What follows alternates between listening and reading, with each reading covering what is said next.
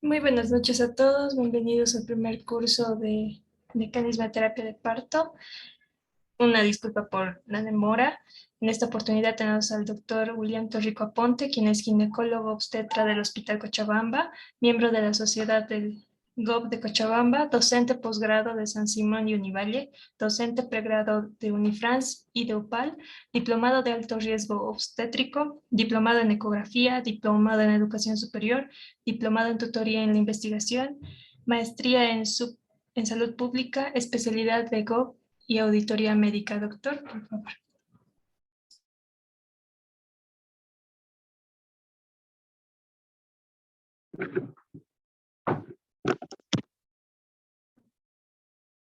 Bien, tenga muy buenas noches. Gracias por la invitación.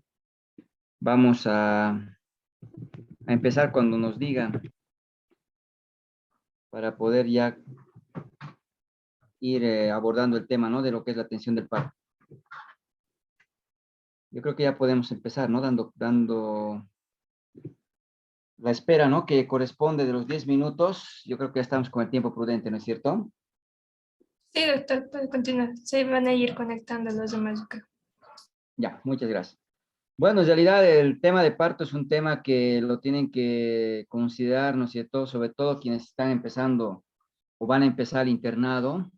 En la rotación de obstetricia es muy importante, ¿no? Abordar este tema, porque tenemos que ir con ciertas bases para poder, ¿no es cierto?, ir desarrollándonos durante la rotación, que ya por sí parece larga, 3 meses, ¿no? Sin embargo, van a ver que es muy corto el periodo que rotan en obstetricia. Es importante que puedan consolidar de que el médico cirujano, ¿no? El médico general cuando egresa, tiene que aprender o tiene que atender, ¿no es cierto?, un parto eutóxico, un parto en presentación cefálica de vértice. Entonces es importante que el parto la podamos evaluar bien y podamos, ¿no es cierto?, realizar la atención correspondiente. Eso involucra una buena valoración y, ¿no? y poder ir cumpliendo los diferentes pasos en cada uno de los periodos que involucra, ¿no? el trabajo de parto. Entonces, este tema es muy importante, como les decía, poderlo abordar en un inicio, ¿no? Antes de entrar al ámbito hospitalario, para tener nociones de qué es lo que tenemos que ir haciendo. Entonces, para empezar, hay que repasar la parte teórica. No se olviden que el internado es una etapa de mayor práctica, donde tenemos que poner, ¿no es cierto?, en ejercicio todo lo que hemos aprendido en la facultad, y la atención del parto es uno de los aspectos importantes que tomamos en cuenta en el aprendizaje durante la rotación de obstetricia. Y lo primero que tenemos que considerar son los conceptos, ¿no? Hay que repasar, porque cuando hablamos de un parto, nos estamos refiriendo a un proceso, ¿no es cierto?, fisiológico, en el cual se va a producir la expulsión de un feto que tiene, ¿no es cierto?, un peso más de 500 gramos o que tiene más de 22 semanas, ¿no? Que hayamos hecho el cálculo, junto a las placentas y a sus membranas, al corium y al amnios. ¿Esto basado en qué? Si hay un nacimiento, ¿no?, de un embarazo que tenga un peso menor de 500 gramos, o sea, menos de 22 semanas, tenemos, ¿no es cierto?, que catalogarlo como aborto. Por tanto, es importante, una vez que se produce la expulsión del feto, cuando tengamos la duda si estamos frente a un aborto o a un parto de un pretérmino, pesar, ¿no es cierto?, pesar al producto. Eso es importante. Si pesa más de 500, no puedo hablar de aborto, hablo de un parto pretérmino, ¿no? Y es en ese sentido, para poder hablar de parto, tiene que ser, ¿no?, más de 22 semanas o pesar más de 500 gramos. Ahora, otro concepto que lo tienen que manejar es lo que es el trabajo de parto. Cuando nos referimos al trabajo de parto, tenemos que considerar que hay fenómenos fisiológicos que los vamos a clasificar en activos y pasivos, que van a tener como objetivo permitir, ¿no es cierto?, la salida del feto a través de los genitales de la paciente, ¿no?, de la madre. Entonces, estos fenómenos activos y fenómenos pasivos los tenemos que manejar, ¿no?, de la manera adecuada en cuanto a su definición. Y es en este sentido, el trabajo de parto lo vamos a dividir en periodos, ¿no? Este es un aspecto importante, porque cuando hacemos diagnósticos tenemos que establecer en qué periodo del parto está llegando la paciente. Y nosotros consideramos 3 periodos en el trabajo de parto. El primer periodo, periodo de dilatación y borramiento, que comienza cuando el cérvix se dilata, cuando el cuello uterino, cuando el cuello uterino se empieza a abrir, Normalmente el cuello del útero, el cérvix uterino, está cerrado. Cuando este se empieza a dilatar, es decir, se empieza a abrir, comienza, ¿no es cierto?, el primer periodo del trabajo de parto.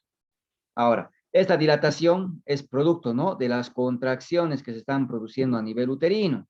Esto va a favorecer entonces que el cuello se vaya abriendo cada vez más. Y no solo se va a ir dilatando, también el cuello se va a ir haciendo cada vez más delgado.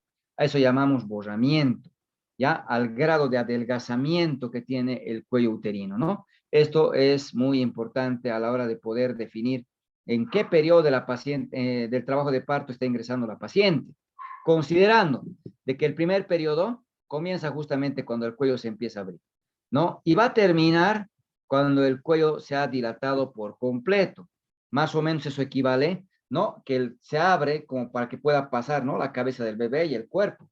Eso nosotros conocemos como dilatación de 10, dilatación completa, porque más o menos corresponde a los 10 centímetros, ¿no?, de apertura que tiene ese cervix. Prácticamente no tenemos que tocar nada del cuello, nada. Ahí decimos dilatación completa, ¿no? No se toca el cuello, solo la cabeza del bebé. Es en ese momento en que termina el primer periodo y comienza el segundo periodo del trabajo de parto.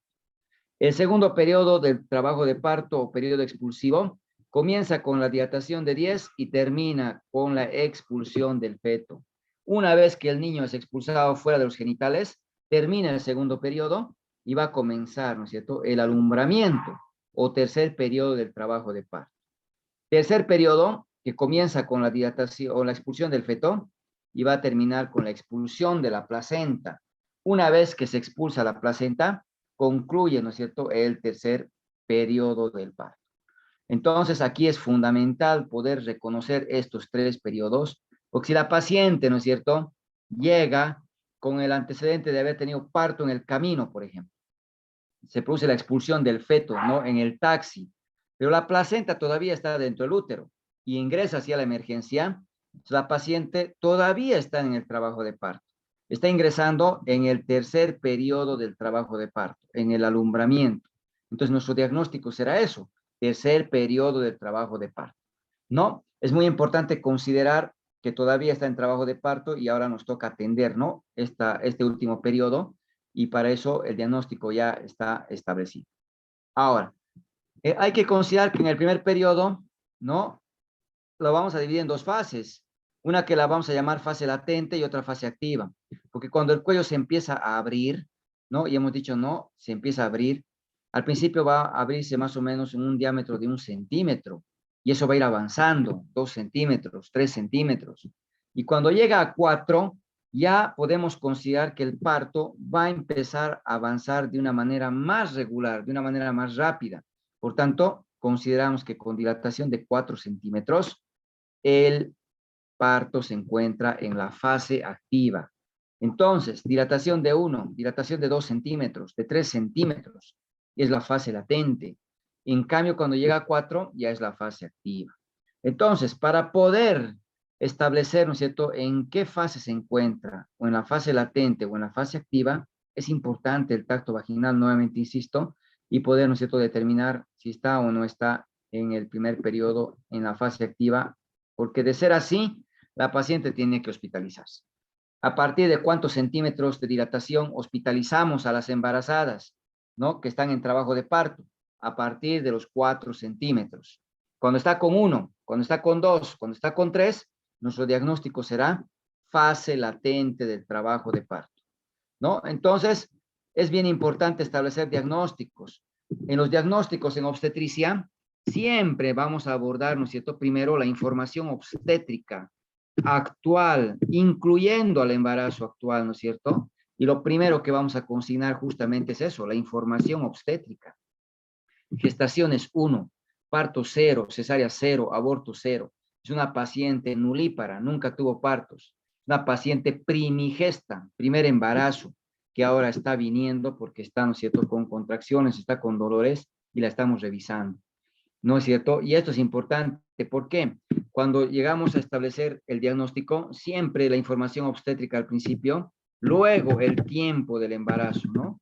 Y seguramente vamos a tener un embarazo que de acuerdo al cálculo, ¿no es cierto?, puede variar en cuanto a las semanas. Valga decir, por ejemplo, embarazo de 39 semanas, ¿no? Y hay que establecer cómo hemos llegado a las semanas de 39. Lo habrá hecho por ecografía, lo habrá hecho por fecha de última menstruación, tal vez, ¿no? O por clínica, hay que establecer cómo hemos llegado, ¿no? En la mayoría de los casos lo hacemos por la fecha de última menstruación. Lo ideal sería hacerlo por la ecografía del primer trimestre. La primera ecografía que debía pedirse nos ayuda a calcular las semanas de embarazo. Pero no todas las pacientes se hacen una ecografía temprana, entonces la mayoría recurrimos al cálculo por FUN, ¿no? Luego vamos a considerar feto, si es uno solo, mediante las maniobras de Leopold para tocar y sentir, ¿no es cierto?, el abdomen y reconocer las partes del feto, y si está vivo, ¿no?, escuchando su actividad cardíaca. Por frecuencia cardíaca fetal, un feto único que está vivo. Y estos tres diagnósticos son importantes. Ahora, si está con dilatación de 7, por ejemplo, bueno, si está con dilatación de 7, ya está en trabajo de parto, ya está en la fase activa del parto, le tengo que hospitalizar, porque a partir de 4 debo hospitalizar, he dicho. Entonces tendríamos que poner, ¿no? Primer periodo del trabajo de parto, ¿ya? Al poner primer periodo de trabajo de parto, asumo que estamos en la fase activa, porque si no, no estaríamos hospitalizándola. Ahora, si no está con 4, estuviera con 1, estuviera con 2, simplemente no registramos como fase latente del trabajo de parto. Y ahí le tenemos que orientar a la paciente, cuándo tiene que venir, cuándo es un riesgo. Ahí le vamos a orientar sobre las señales de peligro, las señales de alarma. Si el bebé deja de moverse, venga ese rato. Si sale sangre a través de los genitales, venga ese rato. Si pierde líquido por la ruptura prematura de membranas, venga inmediatamente a la emergencia, golpea la puerta, ¿no es cierto? Eso, si le duele la cabeza, ve lucecitas, escucha un zumbido en el oído, inmediatamente venga. Si no presenta ninguno de estos síntomas, vuelva en unas 3 horas para nueva valoración. ¿Ya? Cuando está en la fase latente, la vamos monitorizando cada 3, cada 4 horas. Pero cuando está en la fase activa, ¿no? Nuestro diagnóstico es primer periodo de trabajo de parto y la vamos a hospitalizar. Si llegara con 10 de dilatación, ya no va a ser primer periodo, ¿no es cierto?, sino el segundo periodo de trabajo de parto, que nosotros sabemos que es el periodo expulsivo y debemos pasarla rápido, ¿no es cierto?, a la sala de dilatantes para que se produzca la valoración y el paso a la sala de partos para la atención correspondiente. Entonces, de ahí radica la importancia de poder establecer de dónde a dónde va cada periodo del parto, ¿no? Y bueno, para eso es importante establecer la dilatación y el borramiento del cérvix. Entonces, dentro de la evaluación del útero en el tacto vaginal, hay 10 cosas que valoramos en el primer tacto. Después son 9, ¿ya? Donde tenemos que evaluar la elasticidad de la vagina y la amplitud de la vagina. La vagina tiene que ser elástica, tiene que ser amplia. La posición del cérvix, el cuello normalmente es posterior. Aquí estoy viendo un cuello posterior. Después se vuelve central y luego se vuelve anterior. Al principio hay que hacer tacto buscando el cuello atrás, ¿no es cierto? La ubicación. La consistencia. El cérvix tiene consistencia firme. Esa consistencia firme la comparamos con el cartílago, por ejemplo, del lóbulo de la oreja o la punta, ¿no es cierto?, de la nariz. O bien se va reblandeciendo y se vuelve tan blando como los labios, ¿no? Como los labios. Entonces, eso es importante establecer si el cuello está reblandecido, si el cuello, ¿no es cierto?, está de consistencia firme o consistencia intermedia. Después, ¿qué hay que evaluar? Que el cuello se empieza a dilatar, hemos dicho, el cuello se empieza a abrir. Aquí estoy viendo un cuello que se está empezando a abrir. Entonces, al principio va a entrar un dedo, probablemente, ¿no es cierto? Después ya van a entrar 2 dedos y se van a abrir esos dedos. Entonces tenemos que saber cuánto mide la punta de nuestros dedos. Cuando hacemos el tacto vaginal, nuestra mano se acomoda como una pistolita. El índice y el medio extendidos, el pulgar perpendicular y el anular y el meñique flexionados. Y son estos 2 dedos que hacen el tacto vaginal y los que tienen que evaluar. Yo tengo que saber cuánto mide la punta de estos 2 dedos, ¿no? Por lo general mide 3 centímetros. Por tanto, a partir de ese cálculo podemos estimar, ¿no es cierto?, la dilatación del cérvix. Si entra un dedo, tendría que ser 1.5. no hay 1.5, solo los centímetros completos alcanzados. Por tanto, como no llega a 2, me quedo con que el cérvix está dilatado de 1 centímetro. Ya, si entran 2 dedos y mis 2 dedos miden 3 centímetros, ya sé que mide 3 centímetros la dilatación, ¿no? Y si los separo, 1 centímetro está con 4, otro centímetro está con 5. En este caso, el cuello está dilatado 5 centímetros. Por ejemplo. Y así vamos a ir valorando. Ya, la dilatación del cuello también hay que valorar, ¿no? El borramiento, es decir, el adelgazamiento. El cuello es largo, mide 3 centímetros, ¿no? De 3 a 4. Pero fíjense, si se hubiera hecho más cortito a la mitad, borramiento del 50%. Si se hubiera hecho más, aquí tenemos un cuello bastante corto, por ejemplo. Ahí tenemos un borramiento de un 70, un 80%, ¿no? Esto es muy subjetivo, pero hay que valorarlo, porque esto es el cuello.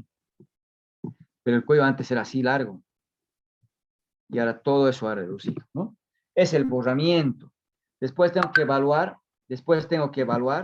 ya la integridad de las membranas. Y aquí fíjense, estoy tocando las membranas, ¿no es cierto? Cómo están abombando. Delante de la presentación se acumula líquido, la bolsa de las aguas. Entonces, a través del tacto, tengo que reconocer las membranas. Voy a tocar la presentación y reconocer si es la cabeza o si es el polo pélvico. Tengo que tocar, ¿no es cierto?, a qué nivel se encuentran.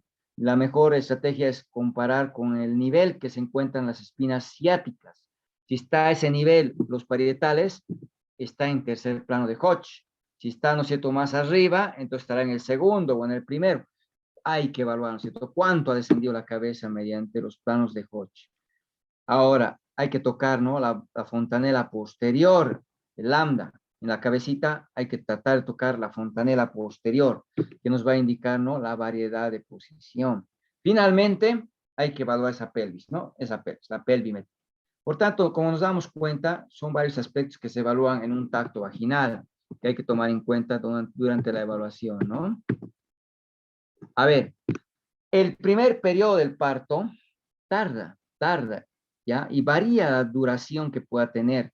Aquí tenemos, ¿no?, la curva de Friedman, que nos va mostrando, ¿no?, cómo está dividido el parto en fases. Hay una fase latente. La fase latente es la fase que más tarda, más dura más. Más o menos ocupa, ¿no?, 2/3 partes del trabajo de parto.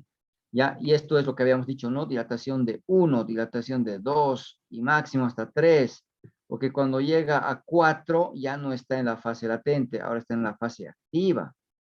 Y a partir de ahora el parto va a progresar más rápido. Aquí veo una curva, ¿no? Fase de aceleración máxima, dice, ¿no? De aceleración máxima. Entonces ese aspecto tengo que tomar en consideración, ¿ya? Pero un minutito, un momentito.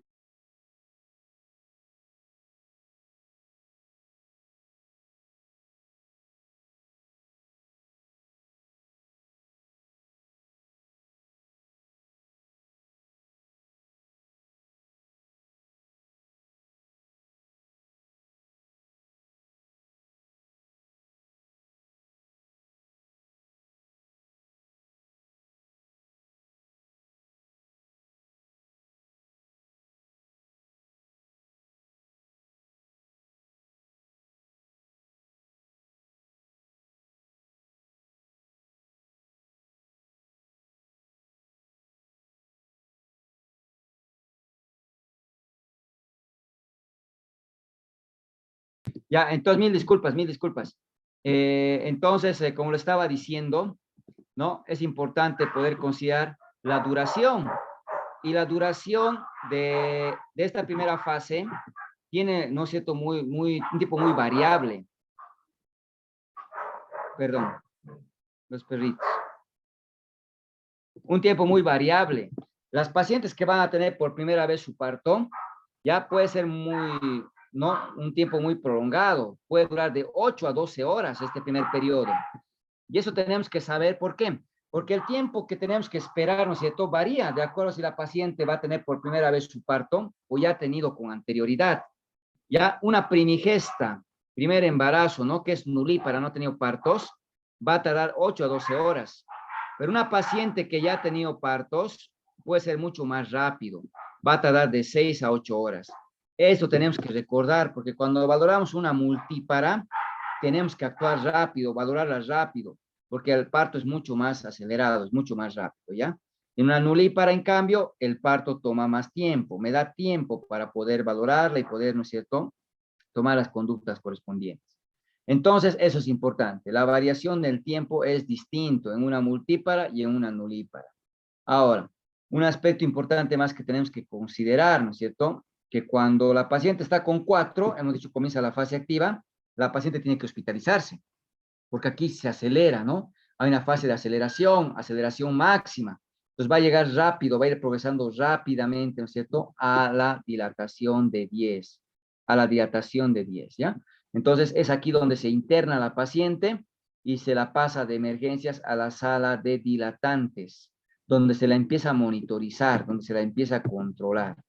Ahora, ¿qué es lo que acontece en este primer periodo del trabajo de parto? ¿No? Hay fenómenos, ¿no?, que los vamos a llamar fenómenos activos. Y dentro de los fenómenos activos son las contracciones y los pujos. En el primer periodo del parto son las contracciones las que vamos a ir, ¿no es cierto?, evidenciando, las contracciones uterinas. Ya que los pujos, el esfuerzo que va a hacer la paciente, ¿no es cierto?, va a producirse en el segundo periodo, ¿ya? No en el primer periodo. Pero estos dos son los fenómenos activos.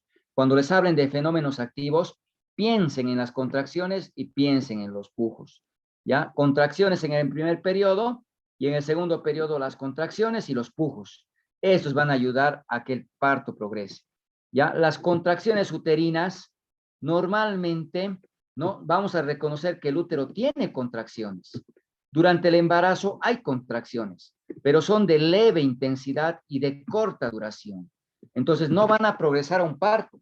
Las contracciones en el embarazo no van a terminar iniciando un parto, sino que van a ir formando, ¿cierto?, el segmento, van a ir ayudando a la formación de las bolsas de las aguas, van a ayudar a la etapa previa, ¿no es cierto?, del parto.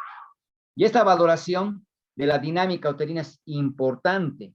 ¿Cómo tenemos que evaluar? Palpando el fondo uterino. Hay que sentir la contracción y ahí poder reconocer si realmente estamos con una contracción, ¿no es cierto?, de buena intensidad, con una duración adecuada para desencadenar o permitir el progreso de un parto.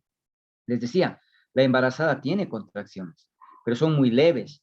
Es más, hay dos tipos de contracciones que podemos reconocer en la embarazada. Las de tipo A, que son de poca duración, de poca intensidad, que es más, ni siquiera las podemos percibir con la palpación, sino que las reconocemos con equipos, con monitores que van registrando la presión dentro del útero. Entonces, estas no las vamos a sentir, pero es importante que a partir, ¿no es cierto?, de las 30 semanas, ya podemos reconocer 8 contracciones en una hora, y estas contracciones son las tipo B, las que las llamamos de Braxton Hicks. Estas contracciones de Braxton Hicks se van a manifestar porque el útero se vuelve duro, el abdomen se lo va a sentir, ¿no es cierto?, más endurecido. Y la paciente, al sentir el abdomen duro, ya considera que está con contracciones y viene preocupada al hospital. Nosotros tenemos que palpar y sentir, ¿no es cierto?, estas contracciones. Por lo general, no provocan dolor, porque las contracciones de Braxton Hicks no alcanzan la intensidad de provocar dolor. Son de moderada intensidad, ya alcanzan más o menos a los 15 milímetros de mercurio. Necesitamos que llegue hasta los 25 para que realmente provoque dolor en la paciente. Y esto hay que reconocerlas. ¿Por qué?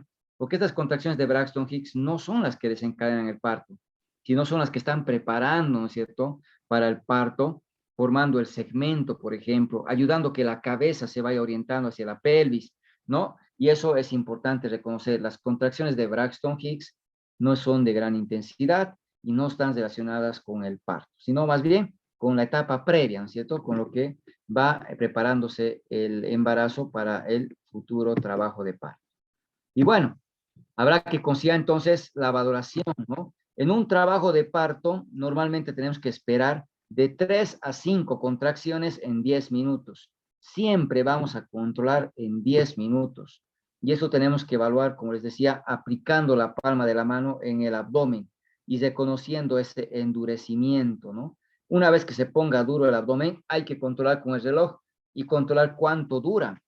Es decir, tenemos que controlar, ¿no es cierto?, en las contracciones, no solamente la cantidad de las contracciones, En la historia clínica normalmente registramos, ¿no? Dinámica uterina, 3 contracciones, he dicho, ¿no? Un parto tiene de 3 a 5 contracciones en 10 minutos. Siempre en 10 minutos tienen que colocar la palma de la mano en el abdomen en 10 minutos y reconocer cuántas veces se ha puesto duro. En este caso, 3 veces. ¿Ya? Y una vez que se está poniendo duro el abdomen, hay que controlar en tiempo, ¿ya? En segundos, cuánto tiempo dura esa contracción. Ya puede durar entre 40, entre 60 segundos, ¿no? O 50, 30, 50 segundos, es muy variable. Entonces hay que controlar en segundos cuánto están durando y luego si es de leve intensidad ponemos una cruz, si es de moderada intensidad 2 cruces y si es de intensa le vamos a poner 3 cruces. Y esta es la manera en la que se registra la dinámica uterina. ¿Ya? Dinámica uterina, la cantidad de contracciones en 10 minutos y la duración que tienen las contracciones y la intensidad. Y de esta manera poder, ¿no es cierto?, registrar, monitorizar la cantidad Pero al final, de, para contra, conferencias, de, de es quien quería, contracciones ¿verdad? que tiene, ¿no? De contracciones que tiene el útero, ¿ya? Es importante entonces la valoración. Ahora, dentro de lo que es el análisis y la parte teórica, seguramente, ¿no es cierto?, nosotros vamos considerando que la contracción uterina, ¿dónde se inicia? Se va a iniciar, ¿no es cierto?, en el fondo uterino, cerca de los cuernos, ¿ya? Cerca de la implantación, de, de las trompas, ¿no es cierto? Perdón, nuevamente.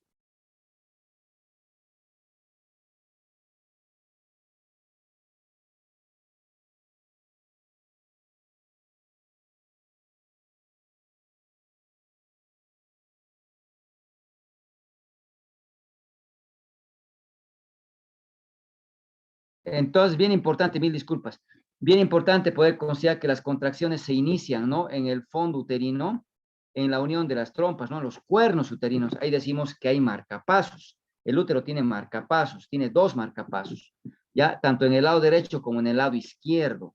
¿Dónde se desencadena la contracción? Generalmente en el lado derecho. Ahí es el marcapaso que predomina. Seguramente cuando estén, ¿no es cierto?, en monitorizando una paciente en trabajo de parto, van a ver que empezamos a masajear, ¿no? El fondo del útero y sobre todo en el lado derecho. Al hacer este masaje, ¿no es cierto?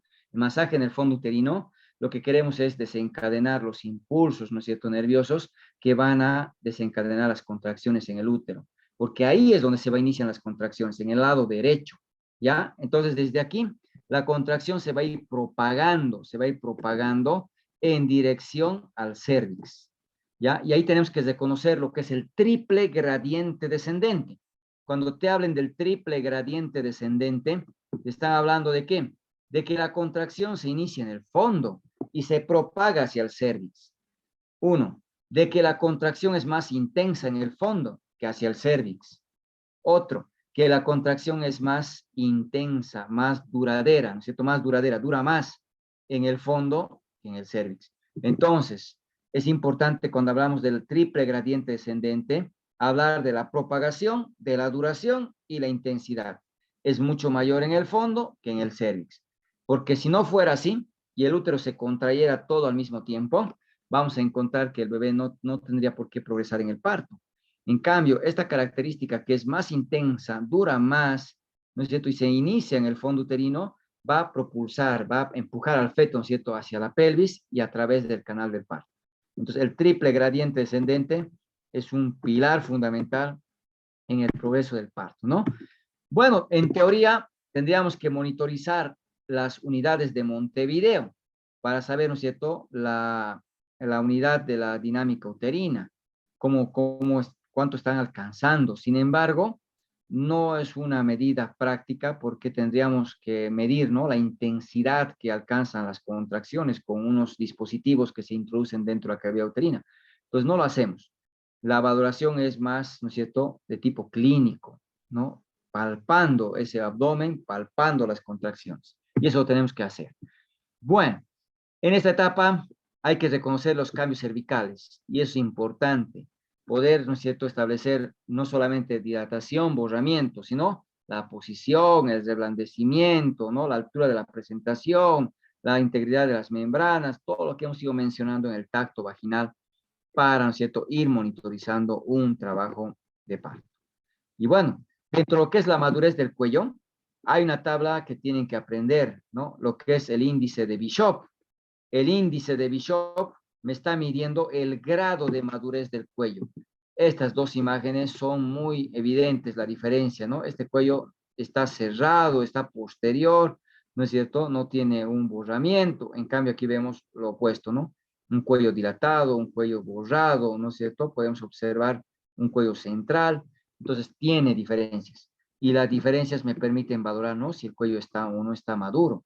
Eso lo hacemos mediante puntajes, valorando parámetros, como es la dilatación del cuello, valorando el borramiento, el cambio de consistencia, el cambio de posición, la altura de la presentación en relación a los planos de Hodge, ¿no? Nos permiten dar puntos de acuerdo a los hallazgos y poder establecer si el cuello está maduro o no, ¿no? Y es en función de esta escala de Bishop que podemos utilizar también la oxitocina en el caso, ¿no?, de ir a realizar o requerir una inductoconducción, por ejemplo, ¿no?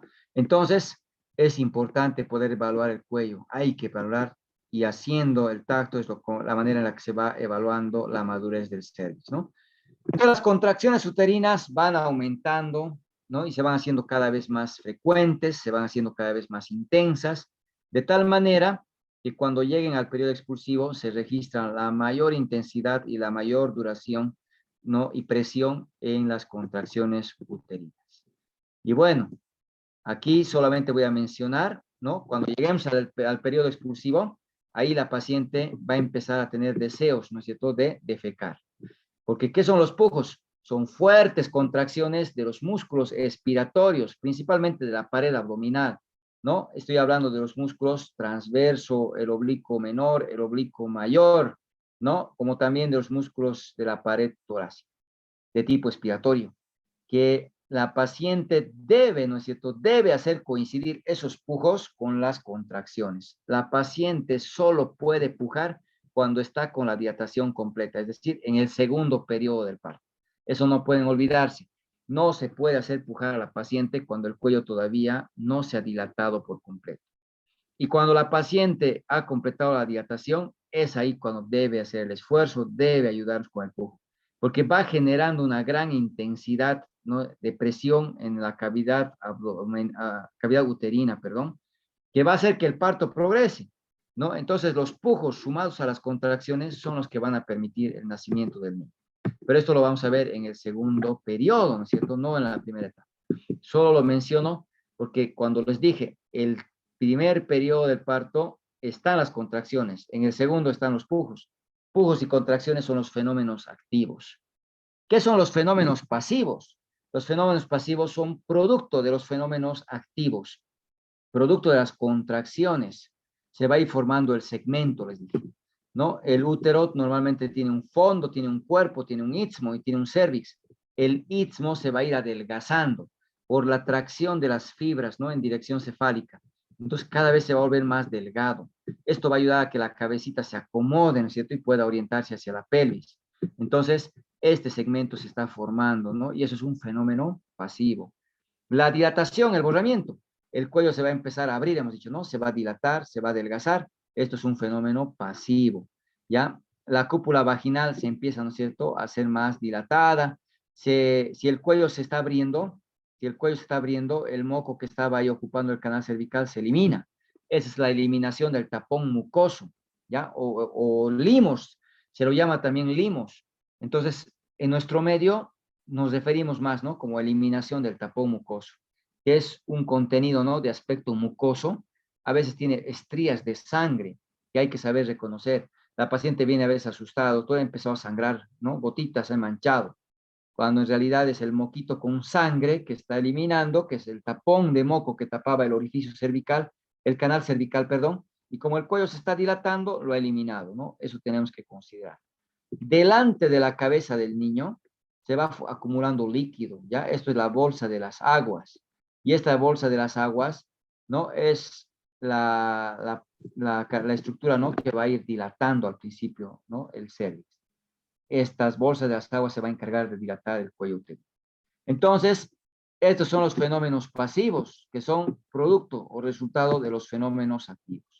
Y cuando la paciente está en el primer periodo del trabajo de parto, a partir de 4, ya tenemos que empezar a monitorizar, registrándolo en un documento que es el partograma. Este documento lo tienen que dominar, lo tienen que manejar, porque el parto lo vamos a monitorizar registrando en el partograma. ¿Con cuánto se inicia el partograma? Con 4 centímetros de dilatación. Entonces, cuando empieza la fase activa, empieza el registro del partograma.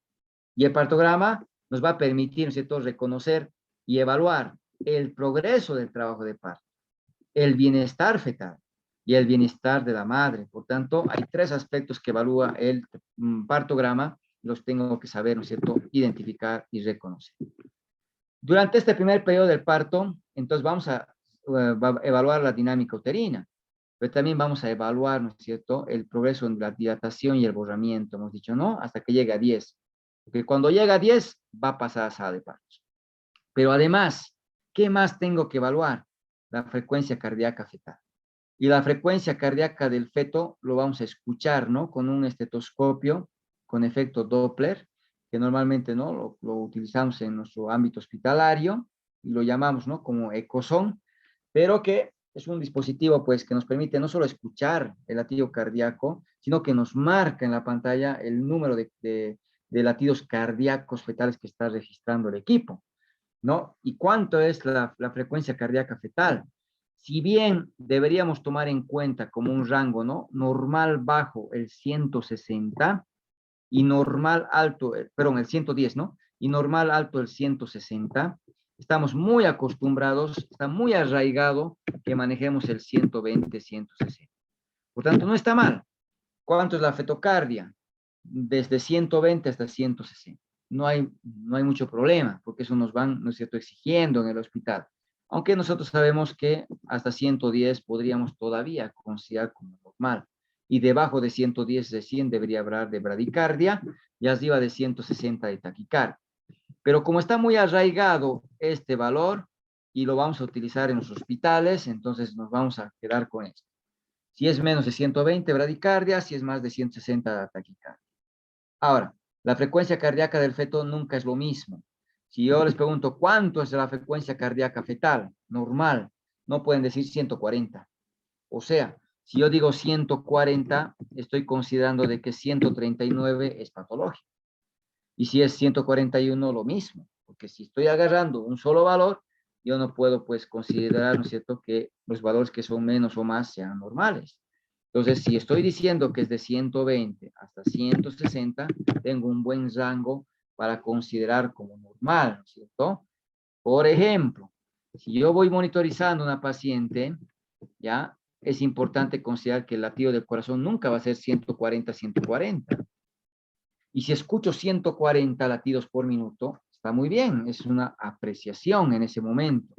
Y si a la media hora que vuelvo a controlar, porque la fetocardia hay que controlar a cada 30 minutos en un trabajo de parto, ¿no? Resulta que si tengo un feto que está con 141, ¿no?, y a la media hora con 139, a la media hora con 138, resulta que estamos encontrando algo que no es normal. Porque si bien este latido está entre 120 y 160, ¿ya? Está entre 120 y 160, por lo cual tendría que estar bien el feto, ¿no? Pero yo tengo que considerar que el corazón del feto nunca es un mismo valor todo el tiempo. Tiene que variar. El corazón se adapta a las demandas que tiene el feto. Y esa variación la conocemos como variabilidad. ¿Cuánto es la actividad cardíaca fetal? La frecuencia cardíaca fetal, entre 120 y 160. ¿Cuánto es la variabilidad? La variabilidad moderada es la que espero normalmente, es decir, de 6 latidos a 25. El latido cardíaco del feto tiene que variar. Tiene que variar entre 6 a 25 latidos. ¿Ya? Si varía 1, como en este caso, ¿no?, de 140 a la media hora ha variado 1, 141. Y a la media hora 2, ¿no?, 139. 1 otra vez 138. Está variando muy poco, es menos de 6. Por tanto, ¿no es cierto?, es una variabilidad mínima. Si varía menos de 6 o varía más de 25, el feto puede estar perdiendo su bienestar. A ese feto hay que monitorizarle, hay que controlarle más. Y esto es importante, porque me voy a dejar engañar con esta fetocardia pensando que está bien, porque está entre 120 y 160, pero hay una variabilidad mínima y eso no es normal, ¿ya? Eso no es normal. Entonces el feto ya está perdiendo su bienestar. Entonces tenemos que monitorizar, tenemos que, ¿no es cierto?, estar más pendientes del feto.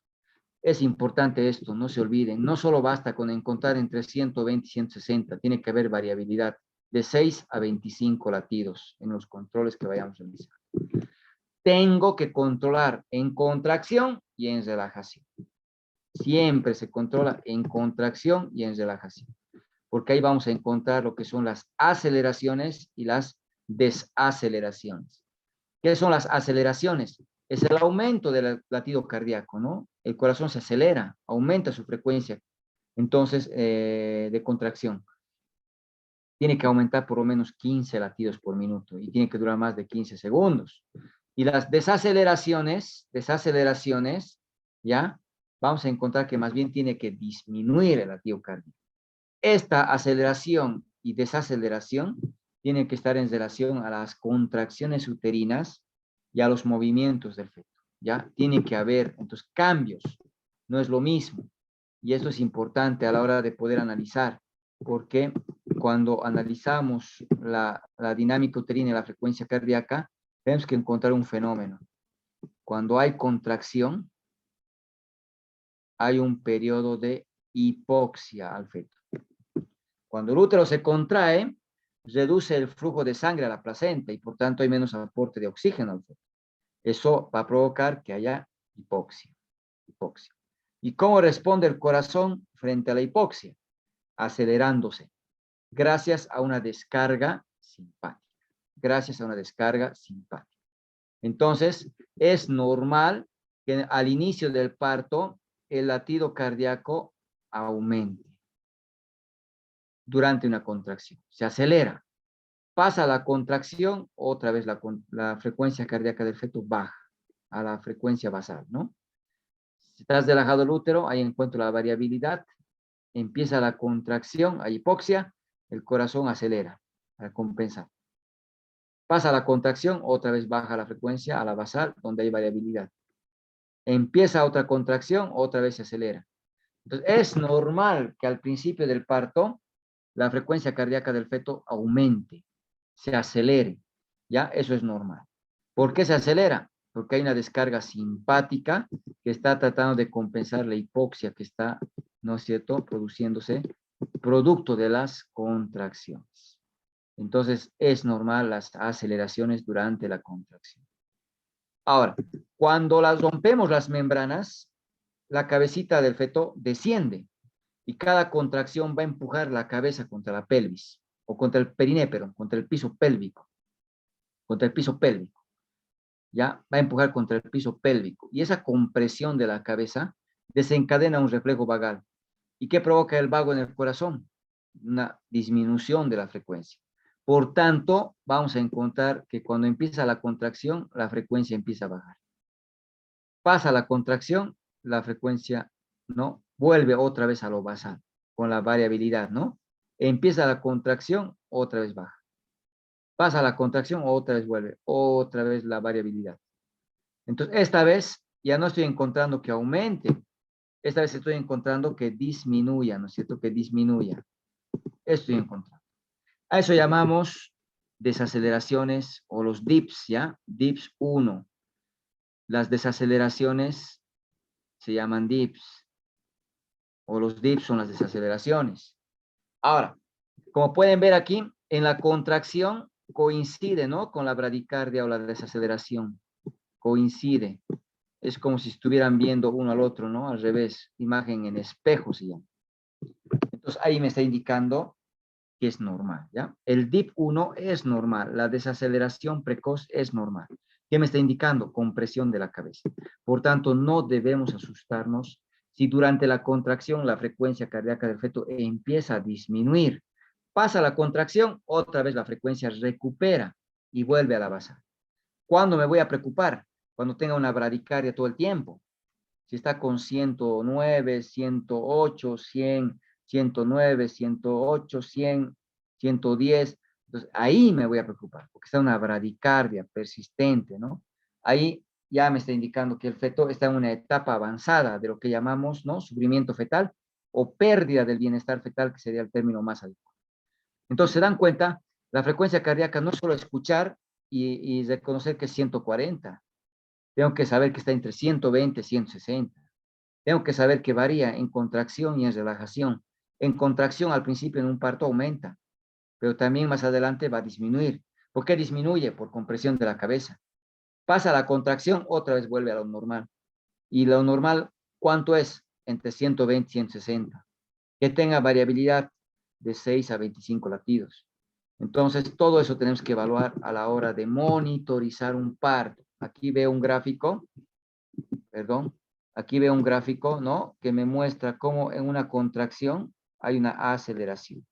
Contracción, aceleración. Esto, ¿no es cierto? Son las aceleraciones. Esto es normal en un trabajo de parto.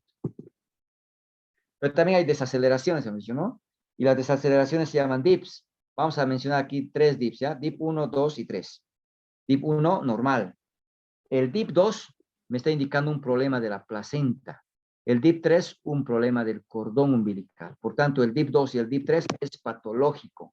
El dip 1 es normal. ¿Por qué se da el dip 1? Por compresión de la cabeza. ¿Y por qué se da la compresión de la cabeza?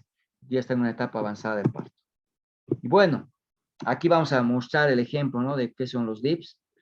Y cuando hay una contracción, miren, la frecuencia cardíaca empieza a bajar y alcanza el nivel más bajo que coincide con el pico de la contracción. ¿No? Aquí coincide con la contracción.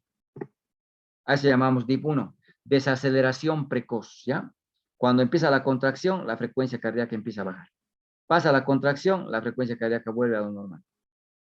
Eso es el dip 1, esto es fisiológico. Cuando está con 8 de dilatación, cuando hemos roto membranas, ahí se va a producir el dip 1. No hay que asustarse. Doctor, está variando la frecuencia cardíaca del feto. ¿Qué ha pasado? Está bajando, doctor. Estaba con 148, ¿ya? Y ahora está con 130. Baja hasta 130. Entonces está bien.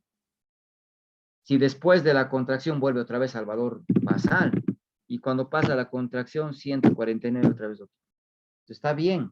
Tiene que haber una desaceleración. Disminuye la frecuencia cardíaca del feto, ¿no? Disminuye. En este caso, de 148 ha bajado hasta 130, ha bajado 18 latidos, ¿no? Si es más de 15 latidos, es una desaceleración. Entonces, está bien. Eso es normal, ¿no? Eso es normal. Si recupera, vuelve otra vez al valor inicial, ¿no? Eso es normal, el tipo 1. Pero, ¿qué pasa cuando pasa la contracción? Miren, llega la contracción al pico, empieza a relajar el útero y recién empieza a bajar la frecuencia cardíaca. Llega a lo más bajo y otra vez recupera.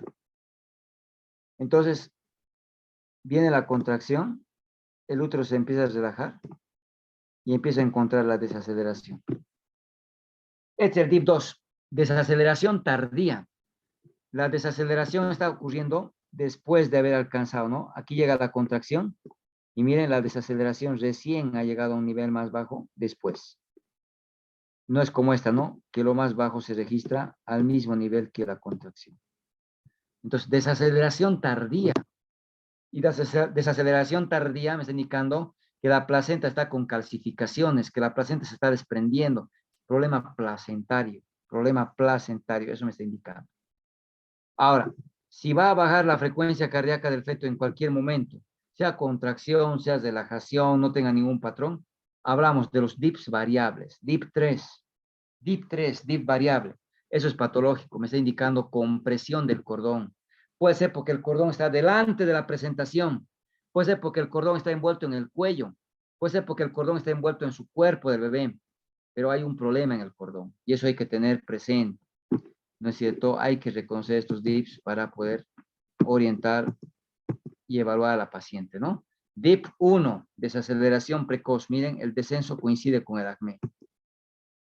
Dip 2, desaceleración tardía. Miren, el acné o la frecuencia cardíaca más baja se ha producido después de la contracción.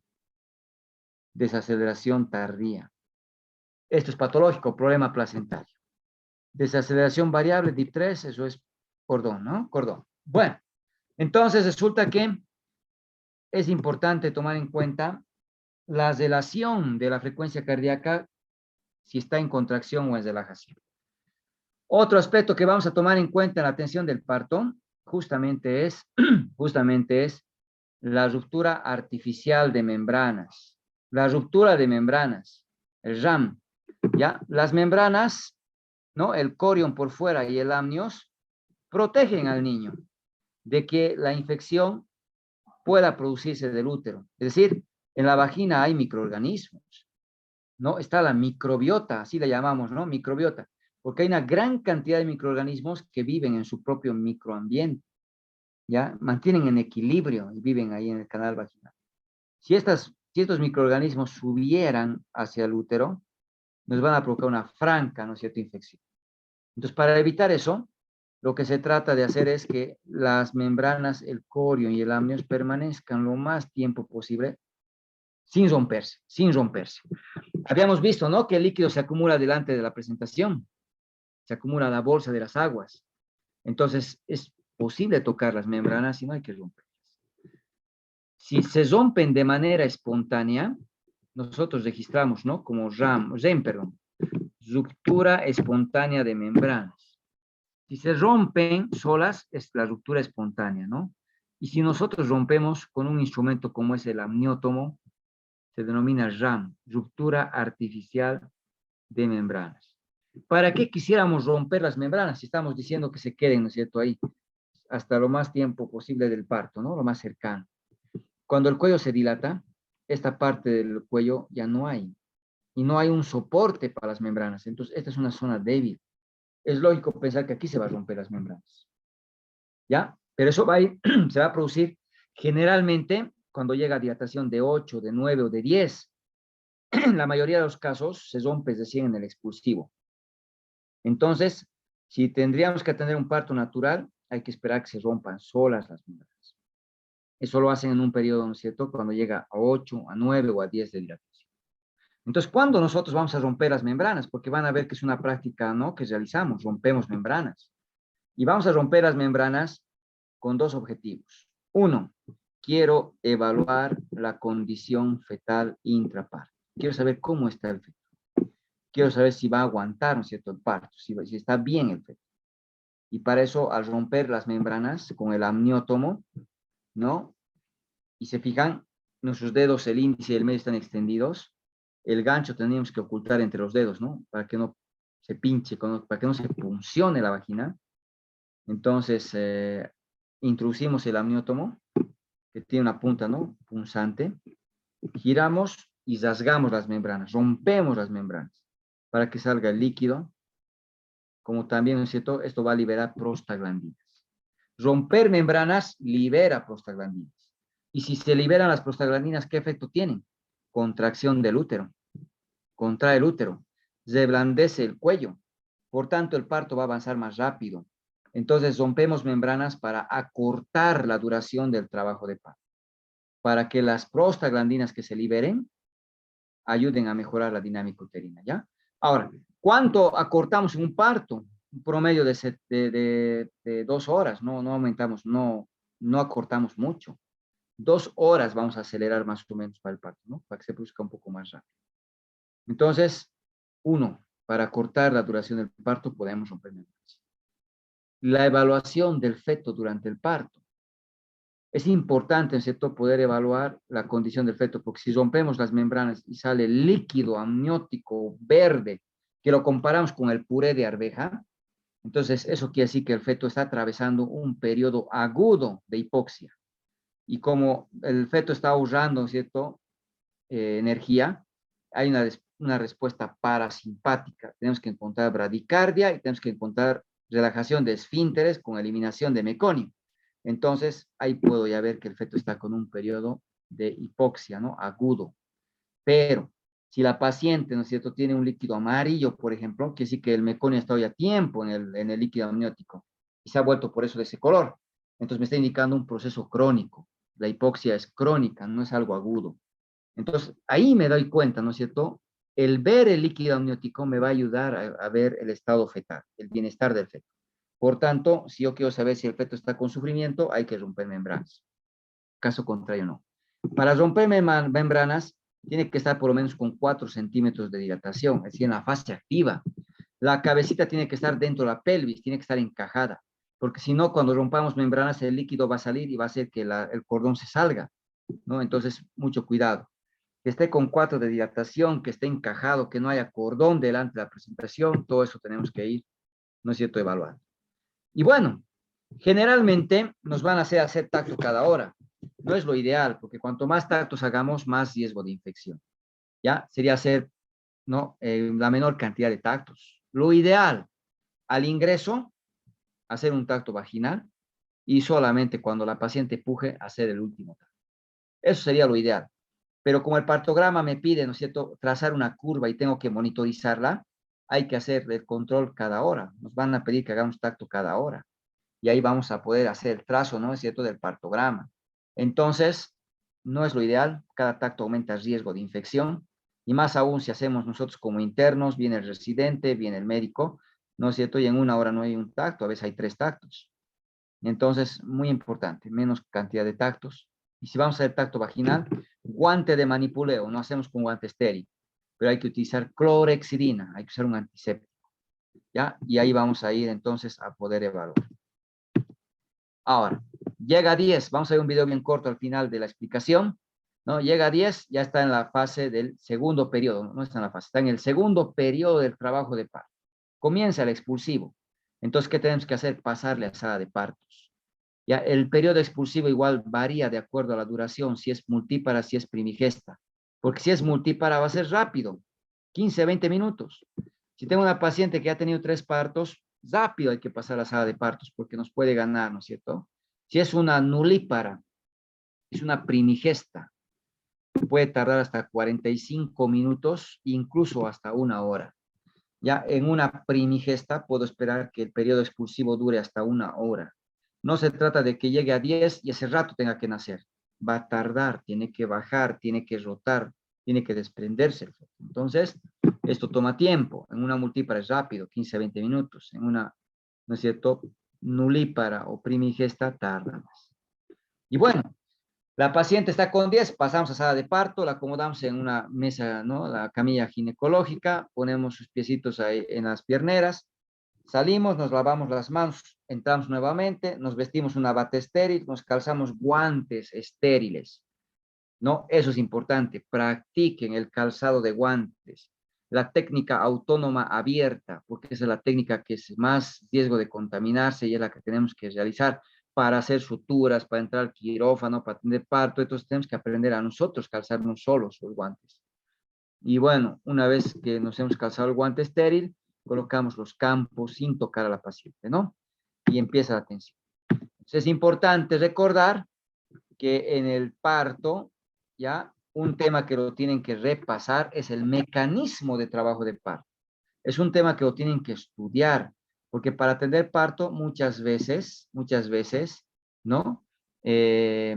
Nos hacen atender un parto, ¿no?, en una pelvis y una muñeca para poder explicar qué está pasando en cada uno de los tiempos y los subtiempos del mecanismo del parto. Porque no se trata de atender por atender, hay que atender con criterio, ¿no es cierto? Y eso lo vamos a adquirir solo estudiando. Ya es importante recordar entonces que en el mecanismo de trabajo de parto nos va a poder recordar diámetros, leyes, fenómenos que se van produciendo para permitir el nacimiento del feto. Y bueno, cuando la cabecita ha descendido en la pelvis y ha llegado hasta el piso pélvico, ahora tiene que rotar, llevando el occipital debajo del pubis, ¿no? Aquí, por ejemplo, no se olviden, hay 2 oblicuos, ¿no? La estoy viendo aquí a la paciente de frente a nosotros, ¿no? En posición de litotomía. Estamos bien de frente, o sea, este es el lado derecho, ¿no? Y este es el lado izquierdo. Y bueno, ahí estoy viendo un diámetro, el oblicuo izquierdo, ¿no? Izquierdo. Hay un oblicuo derecho también. ¿Cuál es más grande? El izquierdo. El izquierdo es un poquito más grande, ¿no? 12.5. Medio centímetro más grande, ¿no? 12.5. porque el del lado derecho mide 12 nomás. Entonces la cabecita, ¿dónde se va a acomodar? Al oblicuo izquierdo. Aquí se va a acomodar la cabeza. Y bueno, si es un dorso izquierdo, como estoy viendo, ¿no? Su occipital está al lado izquierdo, entonces se va a acomodar la cabecita en este diámetro, ¿ya? Y el occipital tiene que rotar, tiene que ir a acomodarse debajo del pubis. Como puedo observar, solo tiene que rotar 45 grados para ubicar, ¿no? Debajo del pubis el occipital, occipito púbico. Ahora sí va a producirse el parto, porque el occipital se va a apoyar en el pubis y va a producir un movimiento de extensión y la cabeza va a salir. Si fuera un dorso derecho, lo mismo. El occipital, ¿no es cierto? La cabecita, perdón, se ha orientado en ese oblicuo, y ahora la cabecita tiene que rotar, ¿no? Llevando el occipital hasta estar debajo del, ¿no? Del pubis. Como pueden ver, aquí está el occipital, está rotando al diámetro transverso, al diámetro, ¿no es cierto?, opuesto, y ahora se ha acomodado debajo del pubis. Ahora sí puede haber nacimiento. Si la cabecita rotara hacia el sacro, ahí se trancaría, ¿no es cierto? Entonces, esto se llama rotación interna.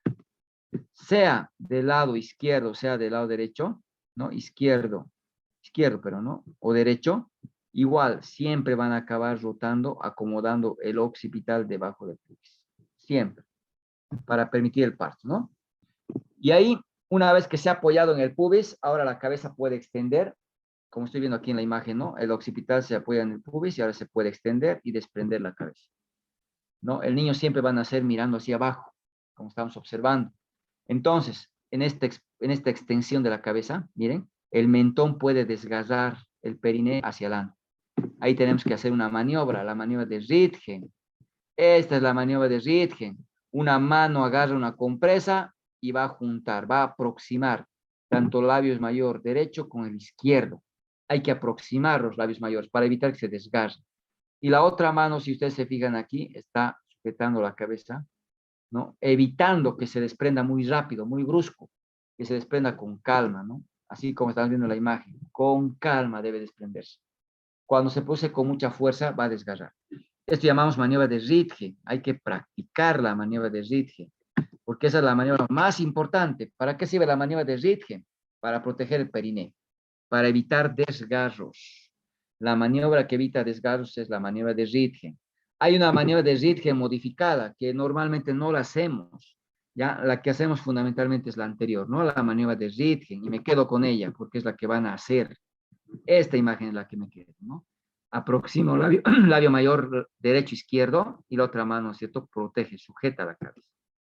Bueno, la episiotomía. En el periodo expulsivo podemos realizar la episiotomía. Y la episiotomía es un corte que hacemos, ¿no? Es una sección del anillo bulbo perineal. Vamos a hacer un corte, ¿y con qué finalidad? Porque siempre que preguntamos, ¿no? ¿Para qué se hace la episiotomía? Y nos van planteando, ¿no? La episiotomía se hace para evitar desgarros, nos dicen.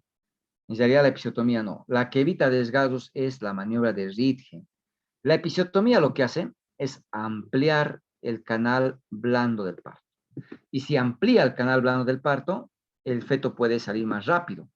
Entonces, amplía el canal blando del parto para acortar el periodo expulsivo, para que el feto se expulse más rápido. Acorta el periodo expulsivo ampliando el canal blando del parto. ¿Ya? Entonces, ¿qué tenemos que hacer? Primero hay que anestesiar. Para eso, cuando la cabeza esté coronando, fíjense, la cabecita está abombando el periné, da la impresión de que se va a romper en cualquier momento. A eso llamamos presentación coronando, ¿cierto? Está abombando el periné. Entonces, es ahí donde hay que infiltrar. Hay que cargarse una jeringa de 10 ml de lidocaína, ¿ya? En sala de partos vas a tener lidocaína, ¿ya? Al 2% sin epinefrina. Es la que utilizamos. Cárgate la jeringa de 10 cc y ya te alistas. Tocas aquí la tuberosidad isquiática y desde la tuberosidad isquiática te vas a dirigir hacia la horquilla vulvar. La aguja introduces y cómo tienes que proteger la cabecita del bebé. Con una mano metes dentro del canal vaginal, protegiendo la cabeza, ¿no? 2 dedos están dentro del canal vaginal, ¿no? Delante de la cabecita para proteger. Y infiltramos, introducimos la aguja hasta la horquilla Aspiramos, no sale sangre, infiltro un poco. Retiro un poco la aguja. Aspiro, no sale sangre, infiltro un poco. Retiro. Aspiro, infiltro. De ahí me voy a ir sin sacar la aguja hacia arriba. Aspiro, infiltro, aspiro, infiltro. Sin sacar la aguja hacia abajo. Aspiro, infiltro, aspiro, infiltro. Una vez que he anestesiado, he aplicado anestesia local, espero una nueva contracción. Cuando empiece otra contracción y empiece a bombar otra vez el periné, es el momento en que tengo que hacer el corte con una tijera, y para eso vamos a introducir, ¿no es cierto? Vamos a introducir la tijera así, entre nuestros dedos, ¿no? Es decir, los dedos índice y medio delante de la presentación, y la tijerita se acomoda para hacer el corte hacia la tuberosidad izquierda. Hacemos el corte. Y bueno, ¿para qué o en qué pacientes vamos a hacer la episiotomía? Cuando el periné es corto. Aquí llamo periné corto, cuando es menos de 3 centímetros en dirección al ano. Cuando el periné es rígido, poco elástico, no está permitiendo que el feto se expulse. El periodo expulsivo es el periodo de mayor hipoxia, es donde se compromete más al feto, tiene que ser rápido. ¿Cuánto tarda en una multípara? 15 a 20 minutos, hemos dicho. En una primigesta, hasta 1 hora. Podría esperar hasta 1 hora, ¿no? Y eso es importante considerar. El periodo expulsivo tarda. Y bueno, voy escogiendo las maniobras de acuerdo a la situación, ¿no? Puedo hacer en un pretérmino, puedo hacer, ¿cierto?, en una deflexión. Y no es que se solucione la distancia de hombros, por ejemplo. Los hombros se han trancado porque los hombros son muy grandes para pasar por la pelvis. Entonces, no se va a solucionar con un corte, ¿no? Pero al hacer el corte, me amplía el canal blando del parto, me permite introducir los dedos dentro del canal vaginal y hacer maniobras para poder resolver esta contingencia. Entonces, es importante. Si es pretérmino, si es pélvico, si está de hombros, puedo necesitar ampliar el canal del parto con una episiotomía, ¿no? Y eso es lo importante. ¿Cuántos tipos de episiotomía hay? Hay la mediana, hay la lateral y hay la medio lateral. La lateral no hacemos, ¿por qué? Porque seccionamos la glándula de Bartolino y eso va a provocar sequedad en la paciente, ¿no? Dispareunia posterior. La mediana, en teoría, la mediana sería la mejor. Si alguien me preguntara cuál es la mejor, la mediana, porque estoy cortando rafe medio, no estoy cortando músculos, sangra menos, es más fácil de reparar, cicatriza más rápido, hay menos dehiscencia, hay menos retracciones, hay menos dispareunia. Entonces tiene muchas más ventajas. La mediolateral sangra más, ¿ya? Sangra más, es más difícil de reparar, generalmente se sueltan los puntos, es decir, ¿no es cierto? Y hay hemorragia. ¿Por qué? Porque cortamos músculos. Y aquí es importante que recuerden qué músculos cortamos con la episiotomía. Transverso superficial, elevador del ano, el bulbo cavernoso. Esos son, ¿no es cierto?, los músculos que cortamos al hacer la episiotomía. Entonces va a sangrar, va a ser más difícil que cicatrice porque hay una buena irrigación que tienen ahí y va a sangrar bastante, ¿no? Y como va a tardar en cicatrizar, puede haber retracciones, se pueden soltar los puntos y bueno, tiene sus desventajas. Pero entonces, ¿por qué hacemos la mediolateral si tiene desventajas? Porque esta es la que hacemos. Esta es la que hacemos, la mediolateral derecha. ¿Por qué hacemos si tiene desventajas? Porque primero, la mediana hay que tener mucha destreza para proteger el periné y no llegar a un desgarro. Debe ser bien protegido este periné. Otro, la mujer latina tiene un periné corto, menos de 3 centímetros. Eso limita a hacer las episiotomías medianas. Otro, la ventaja de hacer la mediolateral, es que la puedo ampliar. Si necesitáramos, ¿no es cierto?, que sea más grande, la podemos ampliar. La podemos ampliar. Entonces, ¿cuál es la episiotomía que hacemos? La mediolateral, derecha, ¿no? ¿Por qué hacemos la mediolateral? Porque la podemos ampliar. ¿Cuál es mejor, derecha o izquierda? Ambas son iguales, porque tienen los mismos elementos anatómicos. Sabemos que la mediana, ¿no?, es más adecuada. Hay menos sangrado, hay menos dehiscencia, hay menos complicaciones. Pero si no protegemos bien, estamos abriendo el camino hacia el recto para el desgarro. Entonces hay que proteger muy bien y entrenarnos en esta, ¿no? Es la que hacemos como interno. Y bueno, aquí estamos viendo ya el corte. Acomodamos de manera oblicua, ¿no?, la tijera hasta llegar a la tuberosidad isquiática y hacemos el corte. Y ahora se va a atender el expulsivo. El niño sale mirando abajo, ¿no? Maniobra de Ritgen estamos viendo aquí. Una vez que sale la cabecita por deflexión, la cabecita va a rotar, va a girar solita, llevando el occipital hacia donde estaba su dorso. Por eso, en este caso, al lado izquierdo, por ejemplo. Aquí también estamos viendo al lado izquierdo. Eso se llama restitución. ¿Qué es la restitución? Es un movimiento pasivo de la cabeza, llevando el occipital 45 grados, donde estaba el dorso. Una vez que ha restituido, que ha vuelto, ha rotado sus 45 grados, nosotros sujetamos los parietales. Parietal derecho, parietal izquierdo. No de la cara ni la nuca, parietales. Y rotamos otros 45 grados. Con 45 grados más, al final ha rotado 90 grados. ¿Qué hemos logrado? Que los hombros están alineados al estrecho inferior. Ahora ya se puede producir, ¿no es cierto?, el expulsivo del cuerpo del feto. Pues como está acomodado ahora los hombros, el diámetro biacromial debajo, ¿no?, o en el diámetro antero-posterior del estrecho inferior, va a ser más fácil el desprendimiento de hombros. ¿Qué tengo que hacer?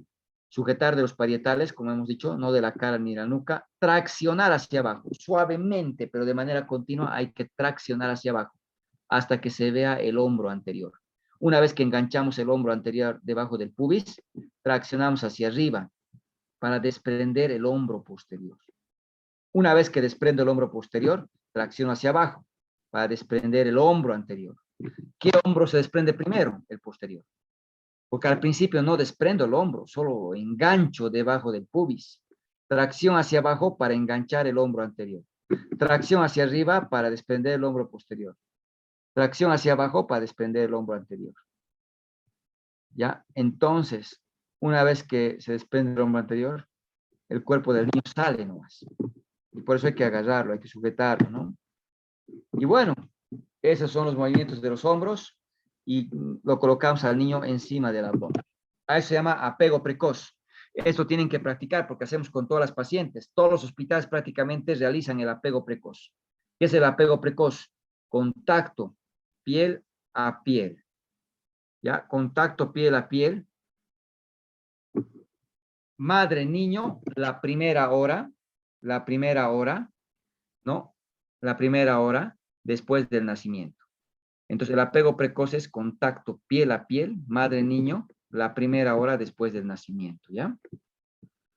Entonces, esto es importante considerar que después de que nace el niño le vamos a poner en su barriguita a la mamá. Ahí el pediatra le va a agarrar y le va a hacer la tensión, le va a secar el cuerpo, le va a poner el gorrito, porque la cabeza es la superficie de mayor volumen donde pierde calor, le va a poner una compresa precalentada, ahí la mamá le puede abrazar a su niño, le puede, ¿no es cierto?, agarrar, y está en contacto directo, piel a piel. El niño no está con la ropa, solo está con el gorrito y el campo que está allí. ¿Esto para qué es? Para que el niño no se enfríe. Otro, el niño está llorando, se va a tranquilizar al escuchar el corazón de su mamá, va a estimular sus sentidos, le va a ver a su mamá, le va a escuchar su corazón, le va a tocar a su mamá, se va a empezar a colonizar con las bacterias de su mamá, ¿no es cierto? Va a iniciar la lactancia en esta etapa y al succionar libera no solo prolactina, sino también oxitocina. Y la oxitocina favorece la salida de la leche, eyección de la leche, pero también ayuda a contraer el útero. Y si se contrae el útero, la placenta va a salir más rápido. Si se contrae el útero, no va a haber atonía uterina, no va a haber hemorragia. Hay menos riesgo de que la paciente se complique con hemorragia. Entonces, el apego precoz tiene muchas ventajas. Y esto lo tiene que dominar, porque tiene que hacer el apego precoz, no solo en partos. Aquí estamos en una cesárea, no en CLISA, que han practicado y han realizado, ¿cierto?, la cesárea, por ejemplo, en el apego precoz, con ayuda, ¿no?, del anestesiólogo, del pediatra. Es importante, entonces, pensar el apego precoz se hace en todas las pacientes. No hacer el cristaler, una maniobra muy común que se ve, ¿no?, en el periodo expulsivo, donde sujetamos el útero y empezamos a empujar. ¿Con qué finalidad? De ayudar a que el parto se produzca, ¿no? ¿Riesgo de qué? Ruptura del útero. Riesgo de asfixiar al feto, de desgarros, ¿no es cierto?, a nivel de la vagina, del periné. Entonces se va, ¿no?, inventando cada vez más técnicas de hacer el cristaler, cuando en realidad más bien ya debíamos dejar en desuso esta maniobra. Una vez que nace el niño, lo colocamos en el abdomen, ¿no?, piel a piel, apego precoz. Ahí el pediatra está secando para poner el gorrito y poner el campo, como hemos dicho, ¿no? Mientras tanto, ¿qué hacemos? Tocamos el cordón. Hay que sentir lo que pulsa, ¿ya? Hay que sentir lo que pulsa. ¿Para qué? para que siga recibiendo sangre el feto, el niño, ¿no? De la placenta. Generalmente esto tarda 2, 4 minutos. Después de los 4 minutos ya deja de pulsar. Ahí hay que pinzar con pinza, coger, ¿no? A 10 centímetros de la vulva, una pinza y otra pinza y cortamos. Este pinzamiento del cordón que he hecho después de que deje de pulsar se llama pinzamiento tardío del cordón. ¿Para qué sirve esto? Para evitar anemia neonatal. ¿A quién no voy a revisar? Cuando el niño está asfixiado, está deprimido. Si este niño estaría flácido, cianótico, hipotónico, no voy a perder tiempo. Hay que reanimarlo.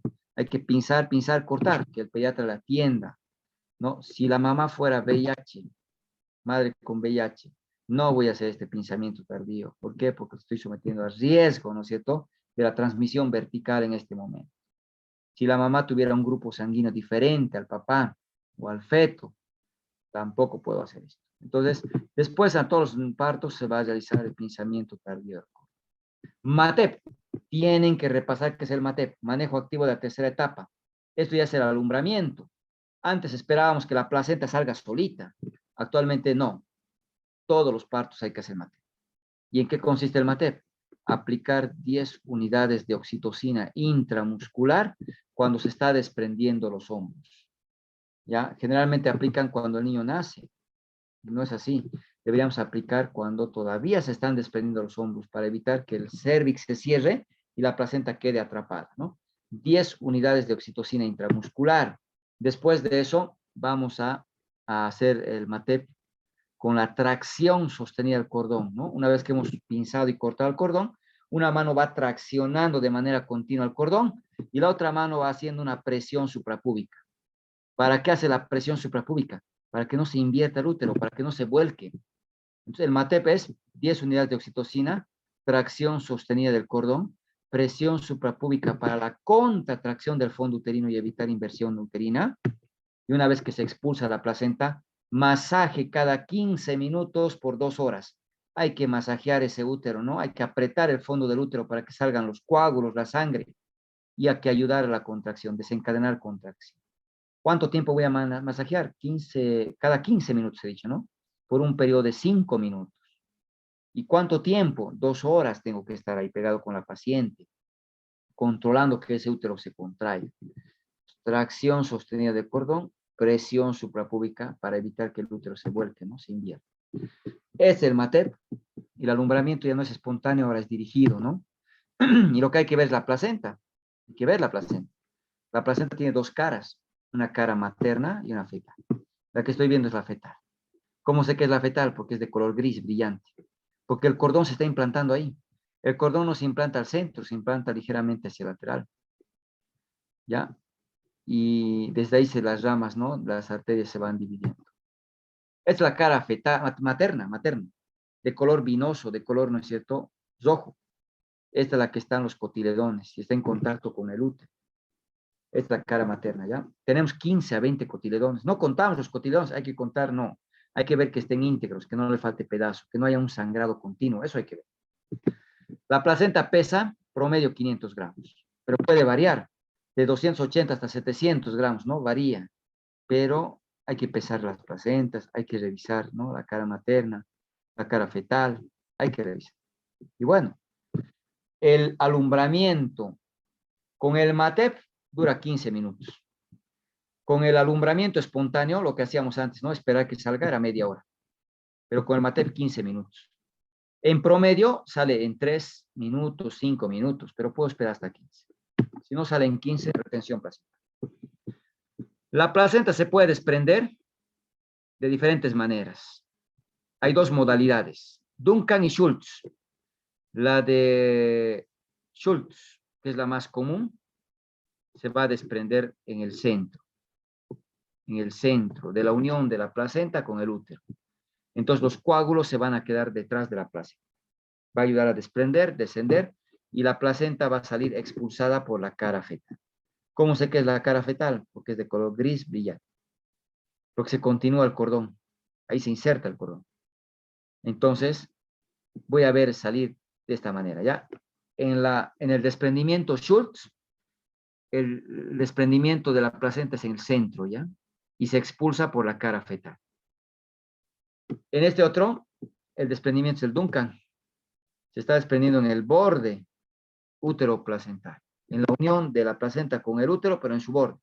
Entonces, desde que comienza a desprenderse, empieza a sangrar y se exterioriza. Se ve el sangrado, ¿no es cierto? Desde un principio. Y esto va a hacer que se vaya volcando y lo que sale primero son los cotiledones, ¿no? Luego las membranas. Este es el Duncan. Ya generalmente las membranas salen al final y puede quedarse, ¿no? Como restos. No hay que desesperarse, no hay que jalar. Hay que esperar que con calma vayan expulsándose las membranas. Y bueno, entonces, una vez que se expulsa, ¿no es cierto?, la placenta, hay que revisar la placenta. Pero cuando se está expulsando la placenta, hay que sujetar la placenta así como estamos viendo en las dos manos y girar, rotar. Vamos a ver en el video esto, la maniobra de Dublín. Rotar la placenta sobre su propio eje. ¿Para qué? Para que al girar, las membranas se van envolviendo y hace que las membranas no se rompan. La maniobra de Dublín ayuda al desprendimiento de la placenta, no permitiendo la ruptura, ¿no?, de las membranas, favoreciendo un alumbramiento completo, ¿no? Es la cara materna, ¿no? Los cotiledones. Hay que limpiar con un apósito para que no queden coágulos y ver si falta un pedazo y si sangra. Hay que revisar las membranas, ¿no? El corion y el ambio. Hay que revisar el canal del parto. Si hay una episiotomía, hay que hacer la sutura. La sutura hacemos con un hilo absorbible, el catgut cromado. Todo, ya sea primero mucosa, luego muscular, luego piel, todo con el catgut cromado. El catgut cromado tarda en absorberse 21 días, por tanto me da el tiempo para la cicatrización de la episiotomía realizada, ¿no? Entonces, primero vamos a recordar algo importante, que la sutura la vamos a hacer por planos, con un hilo absorbible, ¿no? Vamos a empezar a 1 centímetro por arriba del ángulo de la episiotomía. ¿Cuál es el ángulo? La unión de los bordes, ¿no?, de la mucosa, ¿no?, que han sido seccionados. Entonces, a 1 centímetro hacemos un punto. ¿Por qué a 1 centímetro? Para ligar vasos que se han retraído y evitar que se formen hematomas. Entonces, a 1 centímetro por arriba para evitar formación de hematomas. Y desde ahí vamos a hacer puntos surjet anclado continuo, ¿no?, hasta llegar a la horquilla. Ahí amasamos, anudamos, luego hacemos, ¿no?, un punto simple, o 2 puntos simples, perdón, o un punto en X para el músculo. De preferencia, el punto simple es lo mejor, hacer 2 puntos simples, pero la mayoría te pide que hagas un punto en X porque quieren hemostasia. Entonces hay que practicar, surjet anclado continuo, ¿no? Una esponja hay que practicar, hay que hacer. Un punto en X hay que practicar. Y la piel con Donati. Proximal, proximal, distal, distal. Proximal, proximal, distal, distal. Te van a hacer Donatis. Practica Donatis. ¿Por qué? Porque son puntos hemostáticos, ¿no?, que se van realizando en la práctica, ¿no? Y bueno, es así como se va atendiendo un parto, ¿no? Y lo que quiero ahora compartir con ustedes es un video muy corto, un video corto de un parto real, ¿no? Para ver cómo vamos a ir atendiendo y los pasos que vamos a ir siguiendo en cada una de las etapas, ¿no? En realidad estamos en un periodo expulsivo. Si la paciente está en periodo expulsivo, la pasamos a sala de partos, hemos dicho, ¿no? Y en sala de partos la acomodamos en litotomía, voy, me lavo las manos, ingreso, me coloco la bata, ¿no? Aquí tengo una mesa con un campos estériles, me coloco la bata, me calzo los guantes estériles, coloco los campos, ¿no?, las pierneras, un campo debajo de la paciente, y bueno, vamos colocando los campos. Y ahora vamos a proceder con la atención. Es importante recordar, ¿no?, que siempre hay que evitar el contacto con superficies, ¿no? Tenemos que ocultar las manos siempre para evitar contaminarnos. Estamos con guantes estériles. Y cuando la paciente puja, ¿no?, lo tiene que hacer solo cuando hay contracción, no puede pujar antes. Aquí se ve la cabecita, ¿no?, que ya está próximo al introito. Entonces, cuando estamos haciendo la valoración, miren cada pujo cómo va descendiendo la cabeza y nos va acercando. Ahí no hay que estar metiendo los dedos, no. Lo que hay que realizar es la compresa. Ahí está la compresa y proteger, ¿no es cierto?, el periné. ¿Con qué maniobra? La maniobra de Ritgen. Esta es la maniobra de Ritgen. Esta es la que tienen que practicar, porque de aquí depende que no se desgarre, ¿no es cierto? Esta mano se opone a que salga rápido, que salga de golpe, ¿no?, de manera brusca. Y fíjense, ahí va saliendo lentamente, ¿no? Esta maniobra protege el periné para que no se desgarre y no haya una lesión en el canal del parto. Entonces, esta maniobra de Röntgen es importante realizarla. Miren cómo se va oponiendo, ¿no? Y va desprendiéndose. La compresa va limpiando la carita. Miren, ya restituido ahí, ¿no? Inmediatamente el occipital se ha rotado, ¿no? Hacia el lado derecho esta vez, porque seguramente era un dorso derecho. Ya me está avisando dónde tengo que rotar, ¿no? Eso se llama restitución, movimiento pasivo de 45 grados, ¿no? Ha rotado. Ahora yo tengo que agarrar los parietales y rotar. Miren, rotación externa, ahora inflexión abajo, engancho el hombro anterior, desprendo hombro posterior, desprendo hombro anterior y sale rápido el bebé. Incluso está saliendo con 2 circulares de cordón, ¿no? Que no están a tensión y me ha permitido realizar la tensión del parto, ¿no? Entonces, es importante recordar esos movimientos, ¿no?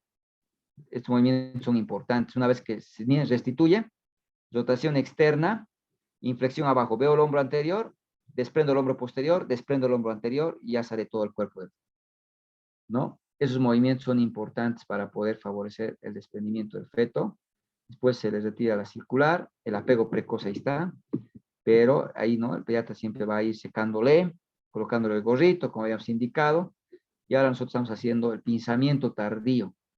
No estamos pinzando y cortando el cordón como antes se hacía, ese rato se hacía, ¿no? Y se vio que el 80% de los niños nacían, ¿no? Con anemia.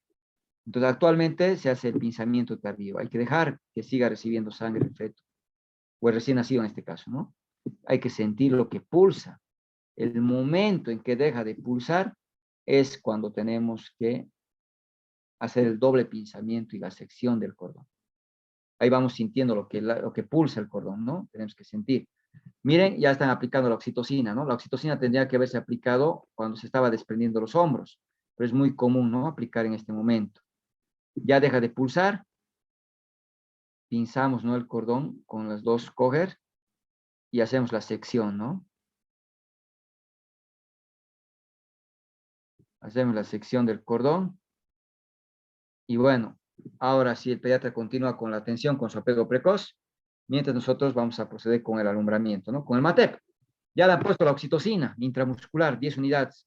Ahora, ¿qué nos falta? Tracción sostenida del cordón y presión suprapúbica, ¿no es cierto?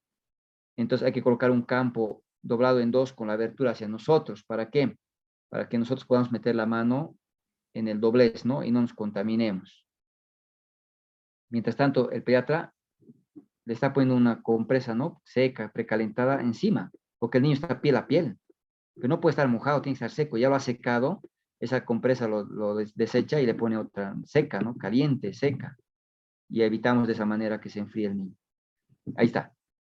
Traccionamos el cordón, pero ¿cómo vamos a traccionar? Hay que envolver el cordón en la pinza para que no sea muy largo, ¿no? Y una mano empuja, ¿no? El fondo uterino. Hemos dicho presión suprapúbica, tracción sostenida del cordón.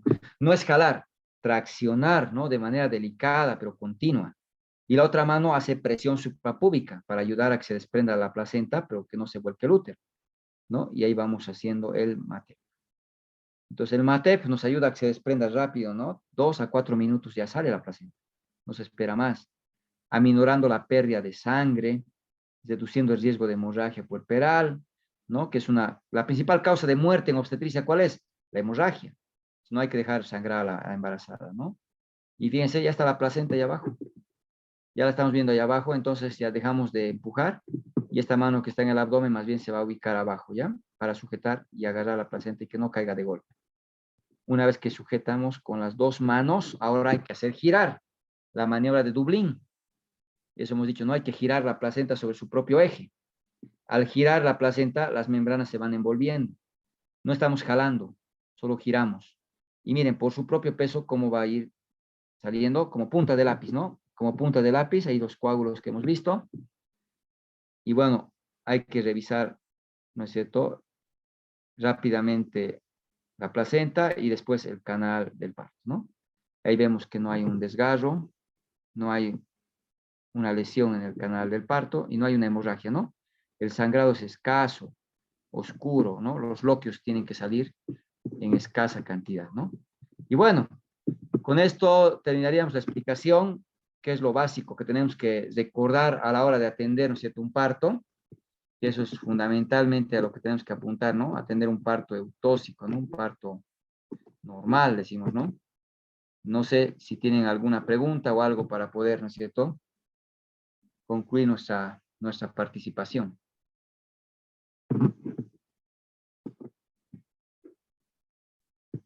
Sí, doctor, yo tengo una consulta.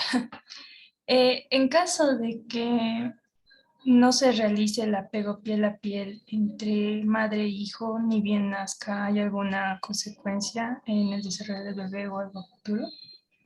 Ya. Es importante recordar, ¿no es cierto?, que el apego precoz hoy en día está dentro de nuestras normas. No puede no hacerse, ¿no? El apego precoz, salvo, ¿no es cierto?, exista una razón de fuerza mayor, ¿no? Paciente que está en terapia, por ejemplo, ¿no?, por un síndrome de HELP, una eclampsia, obviamente no vamos a realizar. Después, no existe, ¿no es cierto?, un justificativo. Si es que la condición materna lo permite y la del feto, tenemos que hacer apego precoz en todas las pacientes, ¿ya? Bolivia es un país normativo, tenemos muchas normas. Y las normas nos obligan a cumplirlas.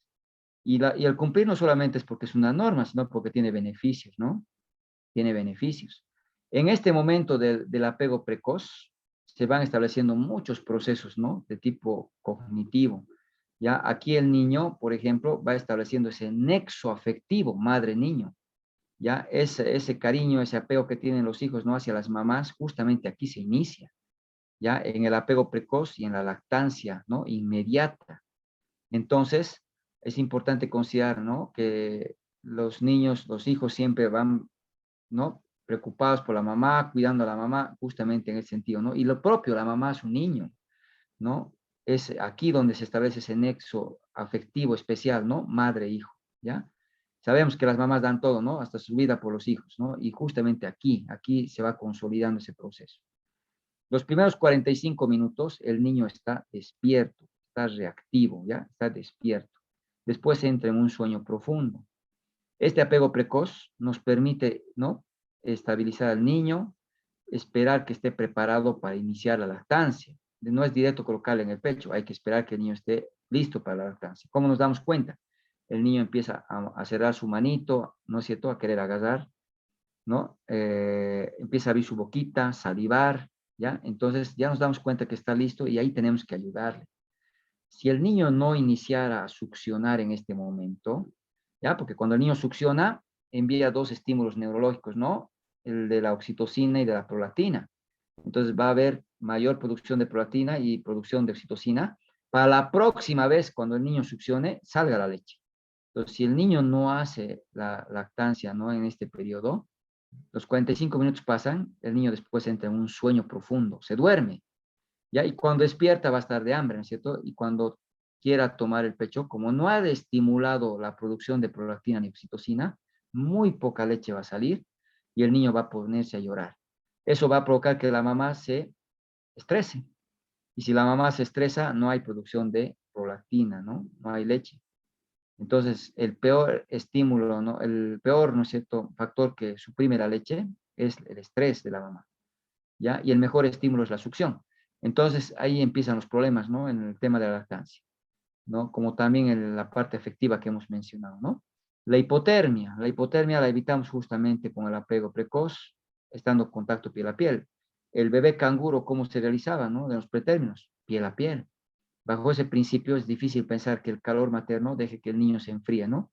El niño al principio no puede controlar la temperatura adecuadamente, entonces se enfría fácilmente, ¿no? No solamente la sala de parto tiene que estar temperada, ¿no?, sino también tenemos que evitar, ya una vez posible el nacimiento, con el apego precoz.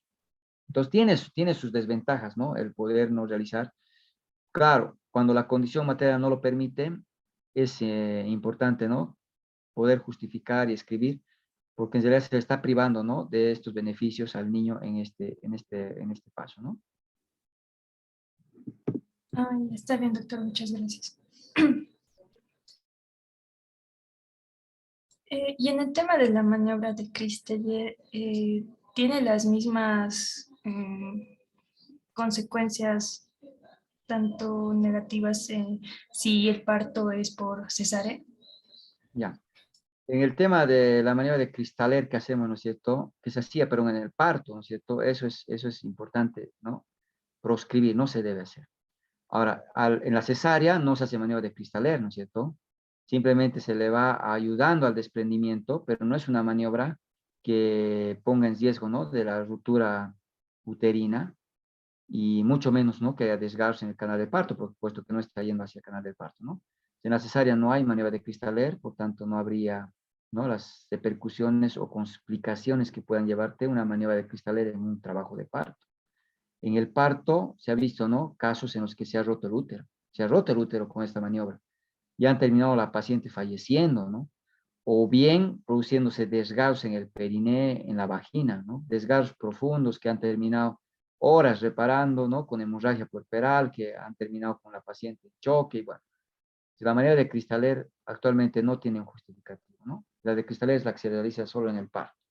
En la cesárea se va realizando maniobras de extracción, pero no se utiliza la maniobra de Cristaler.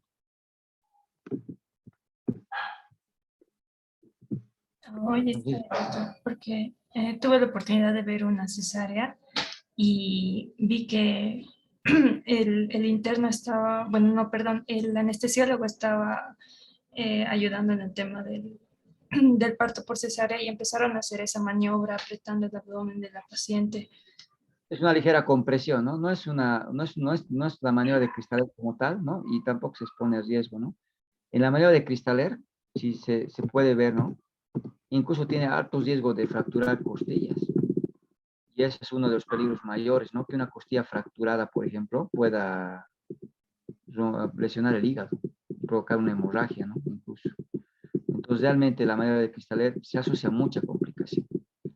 Las maniobras que se hacen en la extracción del feto, ¿no? En la cesárea, no están relacionadas a una complicación como las que hemos descrito en la maniobra de Cristaler, ¿no? Aquí se está forzando, ¿no? El descenso del feto contra una pelvis, ¿no? Que puede no ser adecuada tal vez para un parto, y es ahí donde se va a romper el útero. O bien, ¿no es cierto?, el forzar sin que haya la rotación de la presentación y va a desgarrar el canal vaginal, ¿no? Entonces es muy distinto, ¿no? La maniobra en relación a lo que se puede hacer en la atención a una cesárea, ¿no? Muchas gracias, doctor. En el chat hay algunas preguntas. César Calizaya dice que antibióticos son más usados. Ya. En realidad, en un parto, ¿no es cierto?, tendríamos que considerar utilizar antibióticos solo en casos necesarios, ¿no? Estás muy acostumbrados a utilizar los antimicrobianos de manera indiscriminada, ¿ya? Si no hay un factor que me indique que haya un riesgo de infección o hay algún dato clínico que me diga que haya una infección, tendríamos que hacer la profilaxis antimicrobiana, ¿no? Y eso no estamos muy habituados, tanto en los procedimientos de la cesárea como en cualquier otra intervención, ¿no? Debíamos hacer la profilaxis antimicrobiana, que sería aplicar, ¿no? Un antimicrobiano, ya, única dosis, un antimicrobiano de amplio espectro, ¿no? Única dosis por vía endovenosa, ¿no? La cefazolina, por ejemplo, es la que muestra mejor evidencia, ¿no? En las cesáreas, por ejemplo, van a ver que es muy común utilizar ampicilina, gentamicina por 7 días, ¿no? 3 días en el hospital y el resto en la casa. Y en realidad no es lo ideal, porque estamos dando antibióticos frente a una infección que no existe. Tendríamos que utilizar, ¿no? La cefazolina, que nos permite evitar, ¿no? La infección producto de la intervención o la atención que estamos realizando, ¿ya? Gérmenes de la cavidad del canal vaginal que puedan ir a la cavidad uterina, o bien, ¿no es cierto?, de la piel en la cesárea que puedan ir a la cavidad uterina. Entonces, la cefazolina, una dosis de 1 gramo, única dosis, deberíamos utilizar por vía endovenosa. Sin embargo, en las pacientes de parto, ¿no? Estamos acostumbrados a utilizar, ¿no? Por protocolo, amoxicilina, ¿ya? Entonces, lo que más van a utilizar en los partos es la amoxicilina, 1 gramo vía oral cada 8 horas. ¿Ya? Y se va utilizando. Ahora, salvo existiera, por ejemplo, una ruptura prematura de membranas, en la ruptura prematura de membranas utilizamos de primera línea la eritromicina, 500 miligramos vía oral cada 6 horas, ¿ya? Y cuando hay ruptura más de 12 horas, es muy común utilizar la ampicilina y la gentamicina, que puedan estar asociadas a la tensión del parto, ¿no es cierto? En este caso, porque la ruptura prematura de membranas se asocia a riesgo de infección. Entonces, es muy común utilizar la amoxicilina 1 gramo vía oral cada 8 horas. Pero si hay ruptura de membranas, utilizamos la eritromicina 500 vía oral cada 6 horas. Y si la ruptura de membranas es más de 12 horas, ampicilina 1 gramo EB cada 6 horas, más gentamicina 80 EB cada 8 horas. Entonces depende mucho, ¿no? Los factores de riesgo que encontremos en la atención de un parto. Pero por lo general, un parto que no tenga riesgo de infección, van a considerar, ¿no es cierto?, indicar, ¿no?, en la etapa del puerperio, la amoxicilina en la dosis indicada, el paracetamol, ¿no?, 500 miligramos vía oral cada 8 horas, como un analgésico, y el sulfato ferroso, ¿no?, los 200 miligramos vía oral cada día, con la finalidad también de ayudar, ¿no?, a dar el aporte de hierro por la pérdida hemática que ha tenido la paciente. Una embarazada está preparada para perder 500 ml en un parto y hasta 1 litro en una cesárea, ¿no? Y el parto generalmente sangra unos 200, 300 ml, ¿no? Sin embargo, esa pérdida hemática que está prevista, ¿no?, por el organismo debe ser repuesta, ¿no? Y para eso es importante dar el hierro. Entonces, la amoxicilina es la que más se utiliza dentro de la atención de los partos.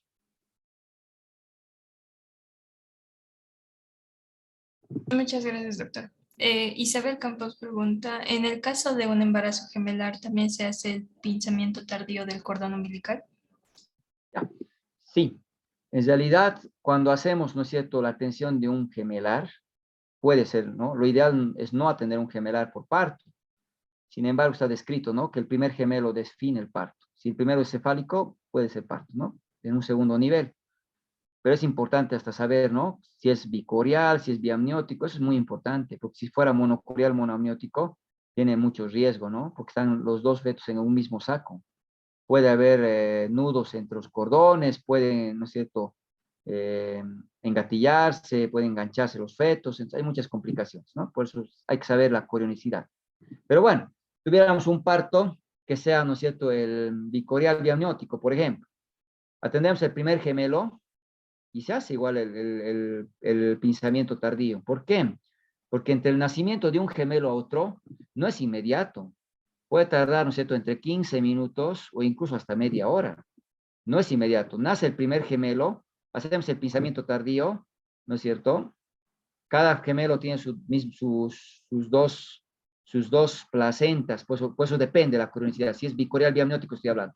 Cada uno tiene su propia placenta, cada uno tiene su propio saco, entonces es como tener dos partos diferentes, ¿no? Hago el pinzamiento tardío normal, espero con el cordón, ¿no sé, una vez que lo he pinzado, y espero que el feto descienda. Una vez que descienda el segundo gemelo, rompemos las membranas y procedemos con la tensión del segundo feto, ¿no? Entonces, es importante ese aspecto. Ahora, si es monocorial, monoamniótico, ahí está la complicación, ¿no? Porque es una sola placenta, es una sola placenta. Y si hacemos el pinzamiento tardío, obviamente, ¿no?, estamos enviando la sangre hacia un feto, hay los riesgos de los cruzamientos de los cordones, hay complicaciones en el crecimiento de uno y otro feto, ¿no?, la transfusión feto-fetal. Entonces, tiene muchas complicaciones el monocorial monoamniótico. Lo ideal sería incluso que sea atendido, ¿no?, en un tercer nivel, con medicina materno-fetal para hacer el acompañamiento. Depende mucho del gemelo, ¿no? Si es un gemelo bicorial biamniótico, cada uno tiene su saco, su propia placenta, atendemos nomás como dos partos, ¿no?, la misma paciente, y se hace nomás el pinzamiento tardío, ¿no? En el caso del monocorial monoamniótico, de preferencia, ¿no?, terminan en la cesárea, y bueno, es una conducta, ya un manejo por la especialidad, ¿no?, en materno-fetal, de preferencia durante el control y obviamente para el nacimiento, ¿no?, por todos los riesgos que lleva. Siempre tiene más complicaciones el monocorial monoamniótico, ¿no? Pues depende del embarazo, para hacer o no hacer el pinzamiento tardío. Ahora, nosotros como médicos que egresamos, no tenemos que atender partos complicados. Hay un gemelar, referencia, ¿no? Nosotros tenemos que evaluar todos esos aspectos, ¿no? Porque cuando es un gemelar, atendemos el primer gemelo, hay que hacer ecografía para ver cómo está acomodado el segundo gemelo, porque cambia, ¿no? Y ver qué conducta vamos a seguir con el segundo gemelo, por ejemplo. Y ahí va el tema, ¿no?, de que el embarazo gemelar obviamente es un embarazo de riesgo, ¿no?, que debe ser manejado por el especialista. No sé si hay algo más. Sí, Eh, Francisco Bazán dice, ¿cuándo se habla de trabajo de parto prolongado? Ya. No se olviden que tenemos, ¿no? ¿Cuánto hemos dicho la duración del trabajo de parto? Las 12 horas, ¿no? Cuando va pasando ese periodo, ya hay que pensar que estamos frente a un trabajo de parto prolongado. Y es una indicación relativa, ¿no? De la cesárea.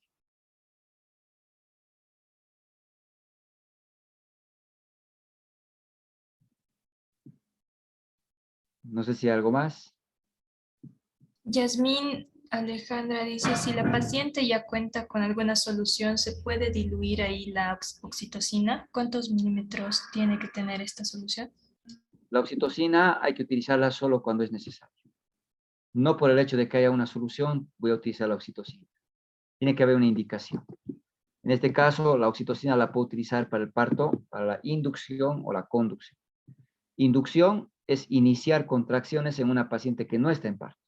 Por ejemplo, tengo una ruptura prematura de membranas de 39 semanas el embarazo, no puedo esperar, ¿no es cierto?, que se infecte. Tengo que ayudar a que el parto se produzca lo más rápido. Inducción del parto. Vamos a utilizar oxitocina. Tengo una paciente de 39 semanas que, que está, ¿no es cierto?, con membranas íntegras, no está en trabajo de parto, no tengo por qué usar la oxitocina, ¿no? No ha empezado el parto, hay que dejar que empiece el parto. Pues hay indicaciones para iniciar el parto, ¿no? La ruptura prematura de membranas, el embarazo prolongado, no voy a seguir esperando, ¿no? Si mi embarazada tiene 43 semanas y el riesgo de muerte del feto y complicación es alto, ya tengo que interrumpir el embarazo. ¿Cómo voy a interrumpir? Con inducción. La inducción la puedo hacer con misoprostol o con oxitocina, dependiendo del cuellito, dependiendo del cervix, ¿no? Cómo está. Entonces, ahí voy a utilizar oxitocina. Si estoy en un parto, lo ideal es que las pacientes que entran en trabajo de parto entren canalizadas, entren con una vía periférica. ¿Por qué? 60% de los embarazos que han tenido hemorragia después del alumbramiento, no había un factor de riesgo. Es decir, cualquier paciente puede sangrar. Y cuando sangra la paciente, las venas se colapsan y dificulta canalizar. Para evitar eso, se recomienda, ya no es norma, se recomienda que una paciente que está en trabajo de parto tiene que estar con una vía periférica. Ya eso es lo que se está buscando actualmente, que todas las pacientes en trabajo de parto estén con vía. Porque si se complicara, tenemos una vía de acceso rápido. Por ejemplo, si convulsionara por una eclampsia, tenemos una vía para inmediatamente aplicar, ¿no es cierto?, el sulfato de magnesio y controlar la convulsión. Si la paciente tuviera una atonía, una hemorragia puerperal, tenemos para aplicar la oxitocina. Pero en el parto, nuevamente insisto, solo voy a utilizar oxitocina si realmente necesito. Por ejemplo, si tiene 2 contracciones en 10 minutos, eso es una distosia de contractilidad. He dicho que un parto tiene que tener de 3 a 5 contracciones en 10 minutos. Si está con 2, tiene una oligosistolia. La dinámica no es efectiva. Entonces, puedo ayudarle con oxitocina. Independiente si estaba o no estaba con vía, hay una indicación para la conducción. Entonces, ¿qué tengo que hacer? Si no estaba con vía, canalizar. Y si estaba con vía, ahí voy a diluir la oxitocina. ¿Cómo vamos a diluir? Si está con una solución de 1000 cc, solución fisiológica, ¿ya? Puede ser también la dextrosa que utilizan mucho, pero la fisiológica no había diferencia.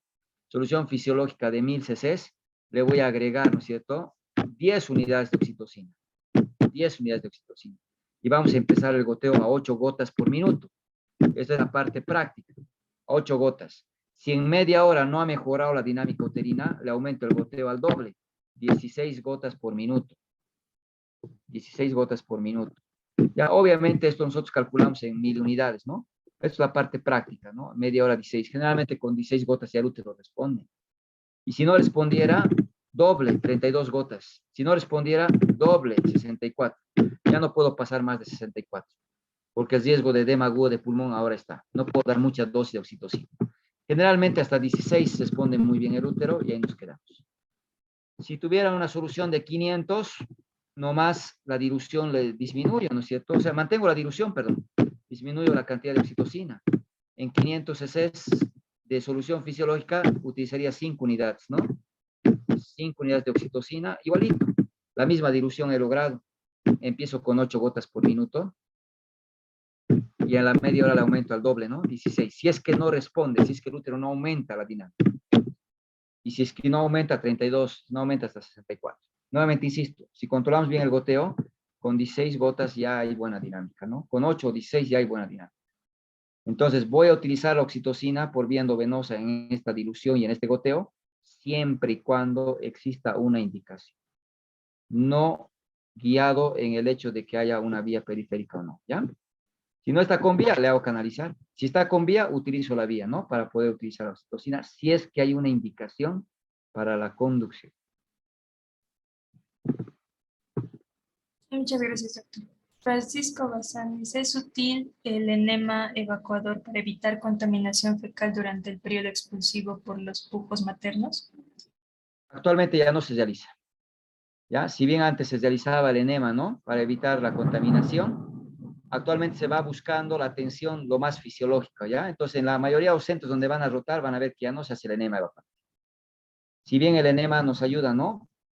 A que la ampolla rectal se vacíe, haya menos riesgo, ¿no? De las heces.